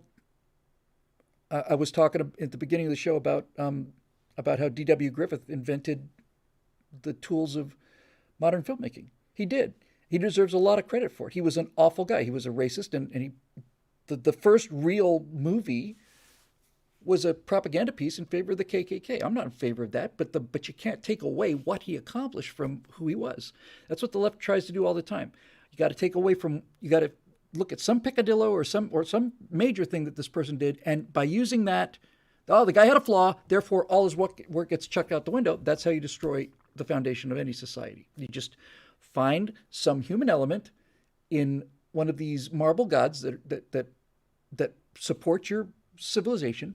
And once you find that flaw, you point that flaw out, and then you add the point that, well, since he was flawed, therefore everything that he did is flawed too. It's not true. Thank you, Traeger. Han shot first. That simple. Eric Blake says, "Hey Bill, could you see Vic as Frank Luke?" We talked about the Frank Luke series. No, Frank Luke was a tall, thin, wiry guy with a real sharp face. But anyway, that set is still available, and I would like to take advantage of it someday. I mean, look, right there, see? Now, that, I might point out, by the way, is not, I admit that the mannequin is in worse shape than he was when I put him up there, but that is not yellow cloth. That is gold velour. It is the exact replicate, dark mirror. It's exactly the command line tunics from the first episode, and so are the plants with the stitched in blousing. So, which brings me to the thing that I did. I keep threatening to put all these things up online, and I need to do it. I've got them. I have a little breathing room now that I didn't have for the last 2 weeks, but whether immediately or shortly after immediately, I will get to this. Put up, greatest hits. So, my favorite afterburner is nothing like my best afterburner, but it's certainly my favorite afterburner firewall. Is called the Dowd Conundrum. And I did not use a practical set for that. I couldn't I didn't know where there was one. It was 2009, I want to say. And and so here's what I did. I found a bridge model, 3D model. This is 2009 or 10, so quite a while ago in terms of computer graphics. It's 3D Studio bridge model, and it was absolutely terrific. I mean, it was excellent. So I asked the guy who made the model, could I get this and could I use it? Would you mind? He said, yeah, okay. Um, and uh, and what I had to do to make that thing come alive, because it was this is 3D model. All of the screen displays were perfect, perfect. This guy put so much effort into this, but understandably enough, they weren't animated. And that has to happen for it to be the bridge. So what I had to do was I had to go look at these texture maps of the squares changing and all the rest of this stuff. And then I had to go into Photoshop and wink some of them on and off and stuff, make little loops of that, put those loops in place of where the stills used to be. And sure enough, now I've got the twinkling lights in the back of the Enterprise, and that visual motion sells the set. Um, so somebody said, Justin Whitsett said, did anybody tell Bill that Henry Cavill is making a 40K series? No, they did not. Let's save that for next week. That's wonderful news. Cavill rather is suddenly becoming like one of the great heroes of the age. So here's how we did that show. Uh, when I was doing Afterburner at PJTV, they'd bought some pretty fancy equipment, and that equipment had motorized cameras, and then the equipment generated the virtual set that I was in on the fly, so they could move the camera and pan the camera, and the virtual set would move perfectly. And I'm looking forward at the monitor and the teleprompter. I can't see behind me, and I mentioned it before. I think I finally went into the control room and saw some raw footage, and there I am standing against a green screen, and I did nearly 100 of those things. It's like I never saw it at a green screen. I always saw myself in the virtual set. So there are a couple tricks to making this thing work, and the most important one to put people into a CG environment. Now, a lot of that's automatic these days, but back when I was a boy, we had to do it manually, and in order to get the angle on the camera, the live action camera, to match the angle that you choose in the 3D set. That's the key to everything. It's very, very difficult until suddenly it was a piece of cake. And the way it was a piece of cake was when we decided we were going to do that at PJTV. I've almost got his name. The guy who was in the tech guy, head tech guy at PJTV, said because I draped some green screen fabric over a stool, and sat on that, and it was like, no, that's not going to work. You see all the folds and stuff. It wasn't good. What the hell are we going to do about this? Tibor? He said, if you can give me a platform, if you can give me a plan, a blueprint, I'll just build the captain's chair out of plywood. Really? He said, yeah, I'll just build it. I'll do it in a couple hours. So I get on the internet and I search for blueprint of Captain Kirk's chair. And on the first hit, there it is from Paramount Studios. Perfect 3 isogonal, whatever, views of the thing. All the dimensions there, fantastic. I hand it over to him. He brings in the thing the next day, and it is precisely, exactly the size of Kirk's chair, except it's chroma key green. And then everything after that was easy because I shot the live action stuff first. I had a pretty good idea of what I wanted the angles to be, right? I know I want a close up here. I know I want a reversal here. I want one shot where I turn around like that. So I knew what I wanted. We shot those against the green, and then I took those into probably After Effects. And since the chair was visible as green, and since the chair had the exact same dimensions as Kirk's chair in the 3D model, all I had to do was make the chair match, which was easy because they're nice straight lines. Once I got the chair one-on-one on top of each other, everything else worked perfectly. And and so I did this thing about Obama because Maureen Dowd had called him Captain Kirk or called him Mr. Spock. She called, and I just, it was just so stupid. So I basically went after that. But the really reason I liked the show was because I got to talk about Star Trek. I got to talk about how it's America, basically. Really got to do it. Dear Bill, are you lifting weights and why not? Thank you, Monk. You look, Bill. Hey, Bill, have you been working out? No, well, I didn't think so. So I got to really get into what Star Trek really was, and I had the hair right, and I had the perfect uniform, I had the boots. It looked decent. It didn't look great, but it was decent. In fact, it was actually pretty good, all things considered. And I just love it. And every time I see it, I was 13 years younger. So I was 17. And every time I see it, it's like, I didn't realize it at the time, because you can't, because you're in a green box. But now looking at it, I feel like on some level I've been on the bridge of the Enterprise. It was great. So, okay, let's get back to our questions here.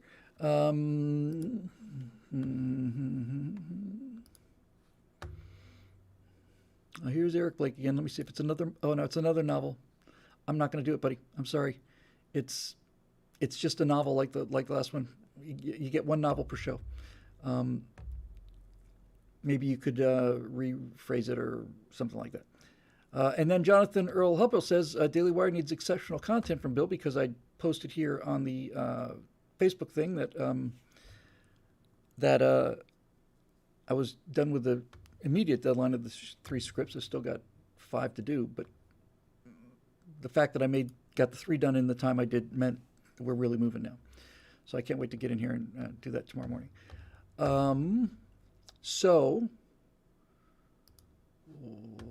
let's go to BillWhittle.com and take at least 1 or 2 of the probably 30 or something that are there and see if we can do that. Wow, the thumbnail for me on the last Stratosphere Lounge looks like I'm about to give somebody a proctology exam. All right, let's see. Oh, I keep forgetting I have to log in. That's a requirement.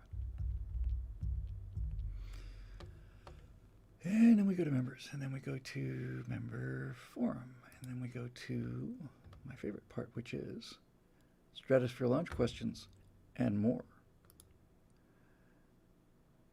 And Stratopop questions for the Monday stream, which is the Tuesday stream. 9 posts. We're not going to get through all of them. I will see what I can do here.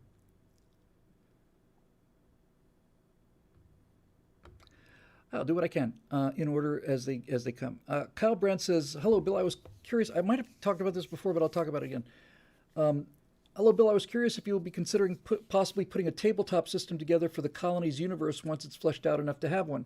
I've played tabletop for a great many years and love it, but most of the good systems nowadays are going woke. They expect you to build your own Donald Trump to fight with your diverse and inclusive party of diversity and inclusiveness. You can't rely on any of the lore in them anymore."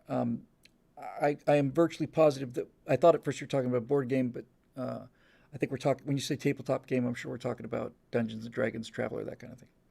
By the way, I started off the show by mentioning I just finished episode 3 called Ramshackle Revolution. And I was originally going to call it Ramshackle Empire, which is a Traveler term, and bonus points if you know what that refers to. I obviously hadn't thought about it, Kyle, but why not, right? I mean, it's extremely easy to do.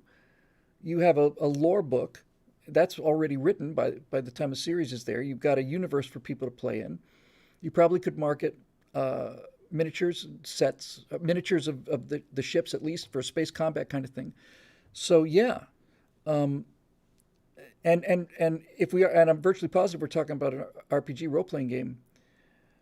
You don't have to reinvent that wheel, right? I mean that has been done a lot, and frankly, you could just pick and choose the little segments of the of whatever system you particularly like, throw them all together, and then put some, drape some tinsel on it, and off you go. So I'd love to do it.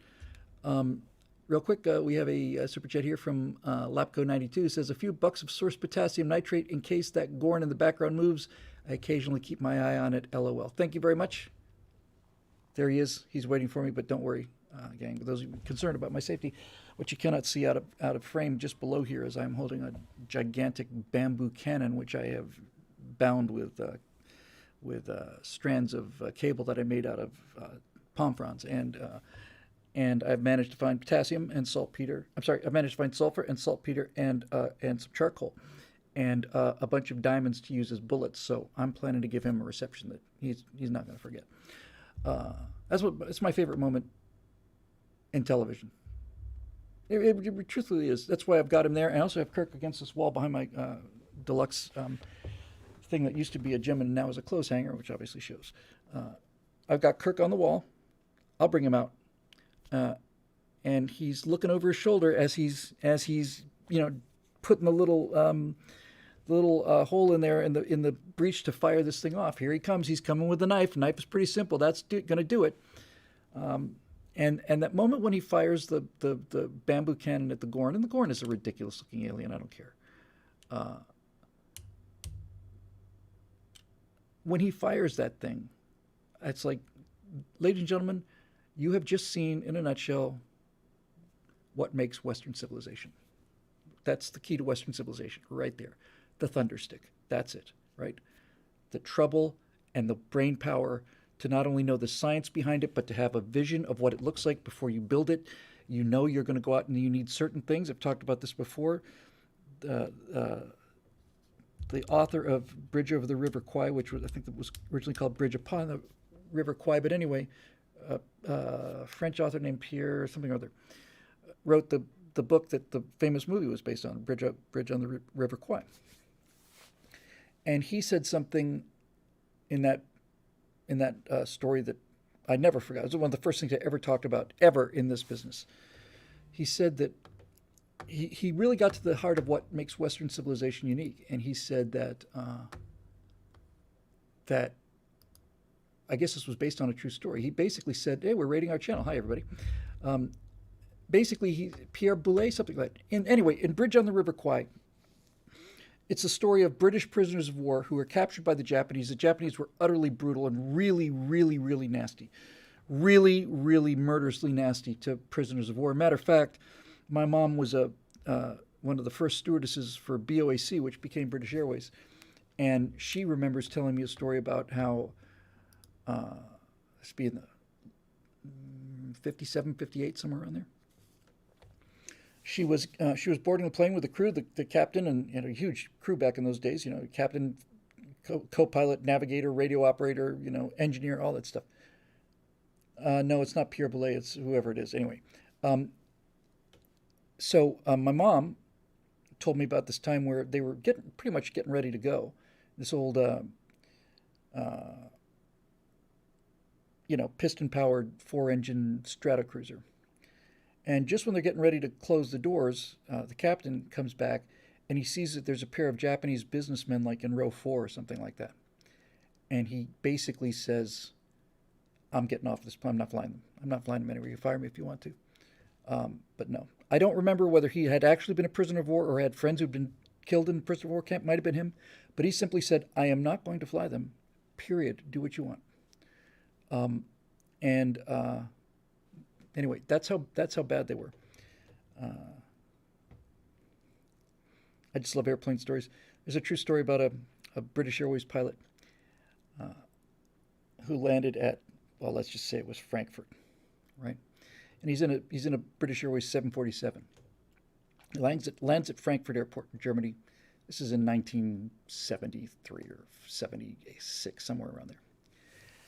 And he runs a little long on the rollout on the landing, and he takes a taxiway, and he's stopped for a minute, and he's looking at his charts. He's trying to figure out the taxiway, and the controller's being real pissy. The German controller's like, the call sign for British Air is Swiftbird, is it Speedbird? Speedbird 262 heavy. Where's your ramp? And the guy says, I'm looking for gate C17. And the guy says, "Do you not see it on your map?" He says, I'm working on it. He's got the British accent, right?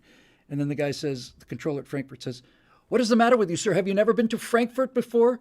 And the British captain says, "I have, only once during the war, but I didn't stay." And I thought that was just fabulous. Just fantastic. All right, so back to the point of all this hoo-ha. Which, once again, has absolutely flown into my head with what we're talking about. This is very annoying. Bridge on the River Kwai, right? So, so what he said was that, and this is true, that when the Japanese needed to build a bridge, what they would do is they would take a work crew out into the jungle, and then they'd start lashing together just a bunch of bamboo, right? They just lash it together, and they take some more bamboo, and they stuck some things up here and lash this together and that together, and they'd kind of make something out, and they knew that it would, hold a little bit of weight, so the bridge would last for maybe a month or two, and then it would collapse, and the train would go with it, and they'd go out and do the same thing again, right? They just lash together some other stuff. But he said that the thing about Westerners, specifically the British in this case, was he said that they build the bridge in their head before they ever built the bridge for real. And I thought, that's really interesting. He said that the British would send out individual teams, some guys who had had experience with engineering and civic engineering, geology or whatever.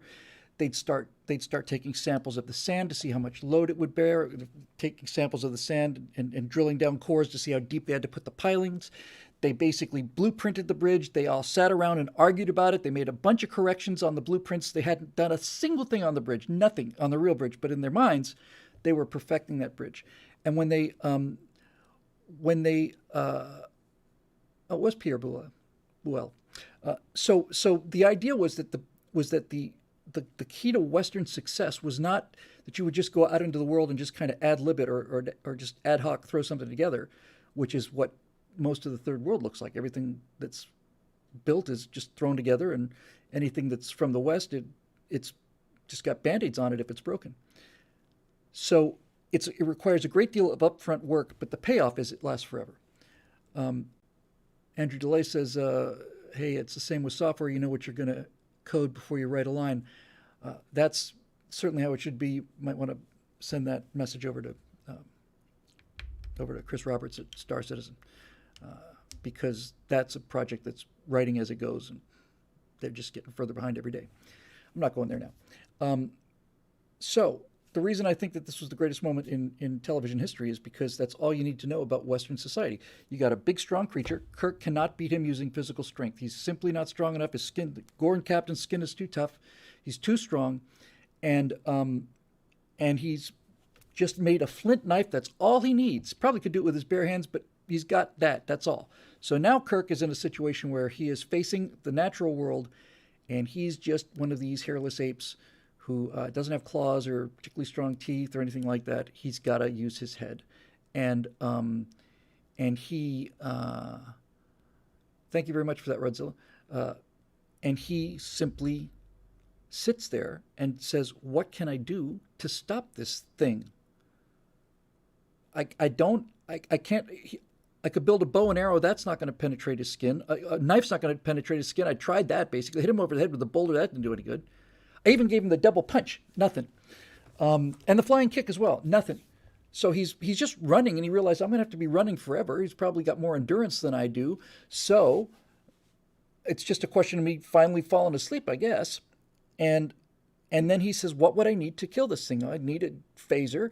Well, I'm not going to be able to make a phaser. What about a gun? One of those old-fashioned guns? Yeah, I could. Yeah. Well, so what would I need for that? And Kirk, being an educated man, even though this technology is hundreds and hundreds of years old, says, okay, let me just think about that. So gunpowder is charcoal, saltpeter, sulfur.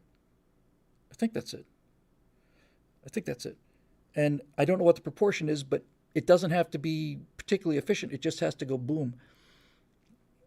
What am I going to put it in? I need a barrel. I've got here's a big piece of bamboo because the aliens that set up this encounter with the Gorn left raw materials there so they could figure out a way to kill each other. I need something out of the bamboo. That's about the right width. That's good. I could pack it full of gunpowder, but man, I don't know. Bamboo's not really very strong. I'm really worried that the thing's just going to explode in my hands. I got to have something to reinforce the barrel. So he starts basically, threading out rope and he's wrapping this thing around there to help contain the pressure from the ignition so he doesn't kill himself when this thing goes off. And it takes a lot of time and a lot of effort. And meanwhile, the Gorn's, I'll make it easy on you, Kirk. And he's just running and picking up the stuff he needs. And Spock, alone, who's watching the whole thing from the Enterprise, Spock is the only one who's smart enough to know how smart Kirk is. And what's he doing, Spock? And it's like, okay, well, Doctor, I think he knows what he needs, something along those lines, right? So he does. So he makes the bamboo cannon, and the bamboo cannon nearly kills the Gorn, and Kirk has a chance to finish him off, and he doesn't. We win, we pass. That's what science fiction used to be. The humans were the good guys, and the humans were the good guys. And I just got back from seeing Avatar 2 nights ago. Stunningly beautiful, so beautiful, made Natasha cry a couple times. It's just gorgeous. But it is the most simplistic and lazy, on the nose, over the head bashing of Western civilization that I've ever seen. And it was so offensive to me. I'll tell you what really pissed me off. I talked about this on Right Angle 2. What really pissed me off the most about Avatar 2, aside from the laziness, the bad guy from the first movie is magically resurrected by his plot armor, and he's now an Avatar. So you've still got the same bad guy, the same, Marine Corps guy. You get the same, our job is to kill everything that moves, and you've still got, the whole thing about for money, unobtainium, which was formerly the most valuable element in the universe. I guess we just replaced that with zinc or something, because it's not even mentioned. Now, the prized material in the universe is not unobtainium. We got a movie about the water. We can't very well go mining under the water. So now the most powerful, most precious source of money in the universe is in the brains of these space whales. And the whales, by the way, are not only sentient and can communicate, but they also do advanced mathematics in their heads, and they create symphonies and music and all the rest of it. So there's that. Plus, you've got a mother with a calf. You're just all set up, right? Who's going to be on the side of the whalers when you've got a fully thinking, lovable giant whale with its baby whale? Who's going to be on the side of the guy with the explosive harpoon tip? Well, I was. And the only reason I was because I knew what was being done to me and everybody else in the audience, and I just wasn't going to go along with it, Just wasn't. So we're the bad guys. And this isn't a spoiler, really. It's beautiful. It's beautiful in the way that original Avatar was beautiful. This is enough beyond that, so that it hits you again, like, oh my God, I can't believe it. But the one thing that really, really, really pissed me off the most, and the thing that made me lean over to my wife and said, "All right, I'm on the human sides." What? Yeah, I'm rooting for the humans. In the original Avatar, the soldiers, the death-dealing, kind of stupid, perennially violent soldiers, were mercenaries. They were basically nondescript. They were just hired guns, right? But in this one, the same bad guy is signing off of a log, and he says, "All right, Semper Fi." And I said, "That's it. I'm out. I'm done. I'm done. F you. I'm done. I'll watch the rest of the pretty pictures, but you can just kiss my ass, James Cameron. F you. Semper Fi, really? Really? You're going to do that? Okay. All right." So the rest of the movie, I'm rooting for the humans. Even when it came to the whales, I'm rooting for the humans, because it was such a cheap shot, and was well, I almost said it was an unnecessary shot, but I guess you got to make your points, right? So Cameron made my favorite movie of all time, Aliens, my favorite movie ever, by far. And now he's just I think I talked about him on the Right Angle today. He's like a pudding, He's just soft, mushy, self-indulgent, narcissistic, vain, condescending horror. And he goes to such great pains to He really does. He goes to incredible effort. The only effort he puts into the script at all, it's the laziest script ever, but the effort that he puts into it, he says, how can I really, really make it sure that I'm talking about capitalism in America here? What do I have to do to make these humans not just unlikable, but utterly wretched people? How do I get people to hate their own culture? That's what he's out to do. There's no question about it, right? So he apparently, when we go back to Pandora for the second time, we've got spacecraft that are specially modified to land on the planet, and the modification is that they now have gigantic, you know, 700-foot flames that come out of this thing and basically light a couple of square miles on fire just by landing.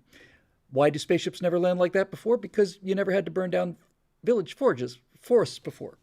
But they do. Looks fantastic. But these humans are arriving, and it's dark shadows in the sky, and all of the authentic blue people are busy doing what uncivilized savage people do. That is, sit around, make beads, hug the family, and then eat something that neither had to be hunted or gathered. It's just there.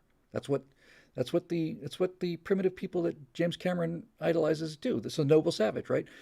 Man in his natural state is kind and loving and good, and it's only civilization and capitalism that ruins him and turns him into this death-dealing, metal-loving war machine. Which led me to an interesting idea. By the way, just before they fire the harpoon at the whales that you've come to love, because you've just spent half an hour with one of them, you realize these whales are swell guys. Just before they fire the explosive harpoon into this whale, the captain of the whaling ship, because if you're going to go whaling, you got to at least go 4.5 light years away. That's de rigueur. Last thing he does before he pulls the trigger is, all right, let's make some money here. Let's kill everything and make some money. Yeah, that's exactly how we work. That's exactly how the Marines work. They do nothing but deal death.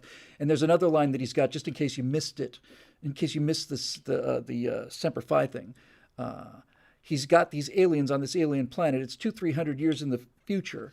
He's got a bunch of like thatched huts and stuff, riverside, seaside people. And as he's leaving, he says to his other fellow Marines, he says, all right, torch the hooches. Torch the hooches. Really? That's interesting language that's 400 years old for you. Rather arcane reference, don't you think? Torch the hooches? Because the only time I ever heard torch the hooches was in stories made by left-wingers about Vietnam. That's when I heard torch the hooches. Just F off. I'm done. Just go away. Go away. And you know what? That's what people have done. They've gone away. We saw it after it had been open for 9 days, and we saw a 9 p.m. show on Christmas Day, and there were probably 15 people in an auditorium, in a theater that probably held 300 3D theater. So 16 people there. When you buy the reserved seats, that's what we do out here in Los Angeles, you're presented with a look-down view of the theater, and I looked at this and said, oh, God, it's sold out, man. It's sold out. It's too late. And I realized, no, those aren't full seats. Those are empty seats. They're empty. There's nobody there. Nobody's going to see it. It's bombing, and it has to make $2 billion to break even. So it's going to lose a lot of money. It won't be his money, though. It'll be China's money or BlackRock's money, somebody who is more than willing to pay a measly $1 billion or $2 billion to get people to hate themselves even more. And that's exactly what it does. It's exactly what it does. It's exactly what it's designed to do. And I'm really glad that that nobody's going to see it. And the reason nobody's going to see it, I'm convinced of this. It is so visually stunning. There's no reason to not go see it. If there was ever a movie you want to see in a theater, it's Avatar. And if you can see it in 3D, my God, it's incredible. And I think the reason people are not going is because they know the plot is just garbage, hot garbage, and they know it's lecturing, and they simply don't. They're just not going to play. Not going to play along. So there's some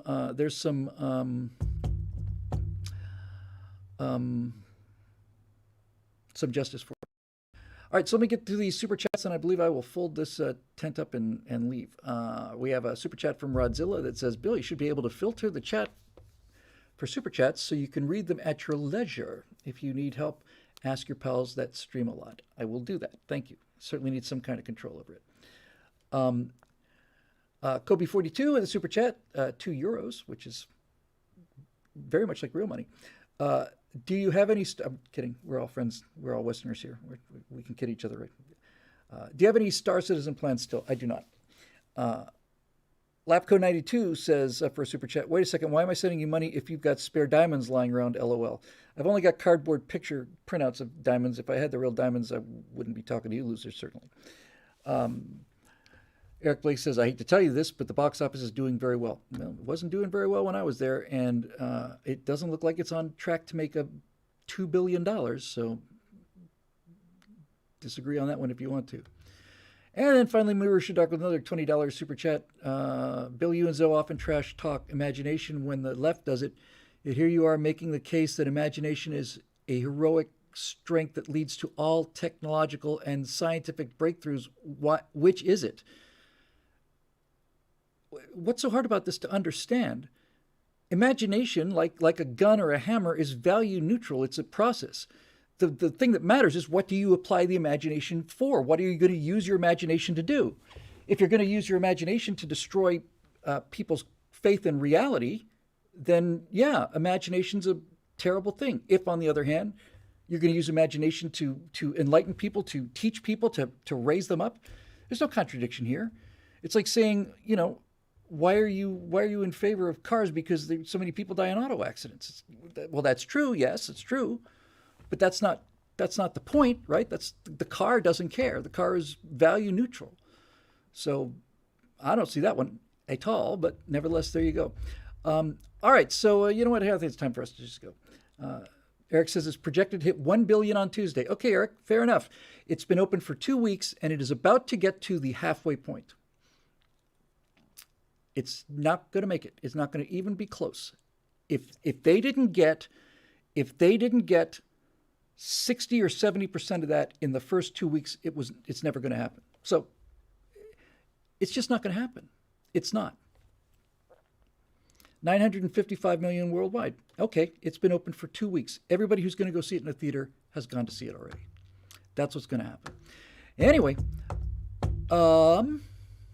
yeah, let's just go home. I think I'd love to go home, but I have work to do before I go home. But at least I can start on the work before I go home. But by starting now, so that'll do it, I think. All right, hey, guess what? The Stratosphere Studio, like all excellent, top-quality programming that's put out by BillWhittle.com, is manufactured with loving care and a high degree of precision. On behalf of the members at BillWhittle.com who make all of this possible, I thank them every single week, twice a week now, and I mean it every time. We are here because the lights are kept on by the members at BillWhittle.com. If you're watching this and you want to support us, you can go to BillWhittle.com and become a member. You can make a one-time donation at PayPal if you would like.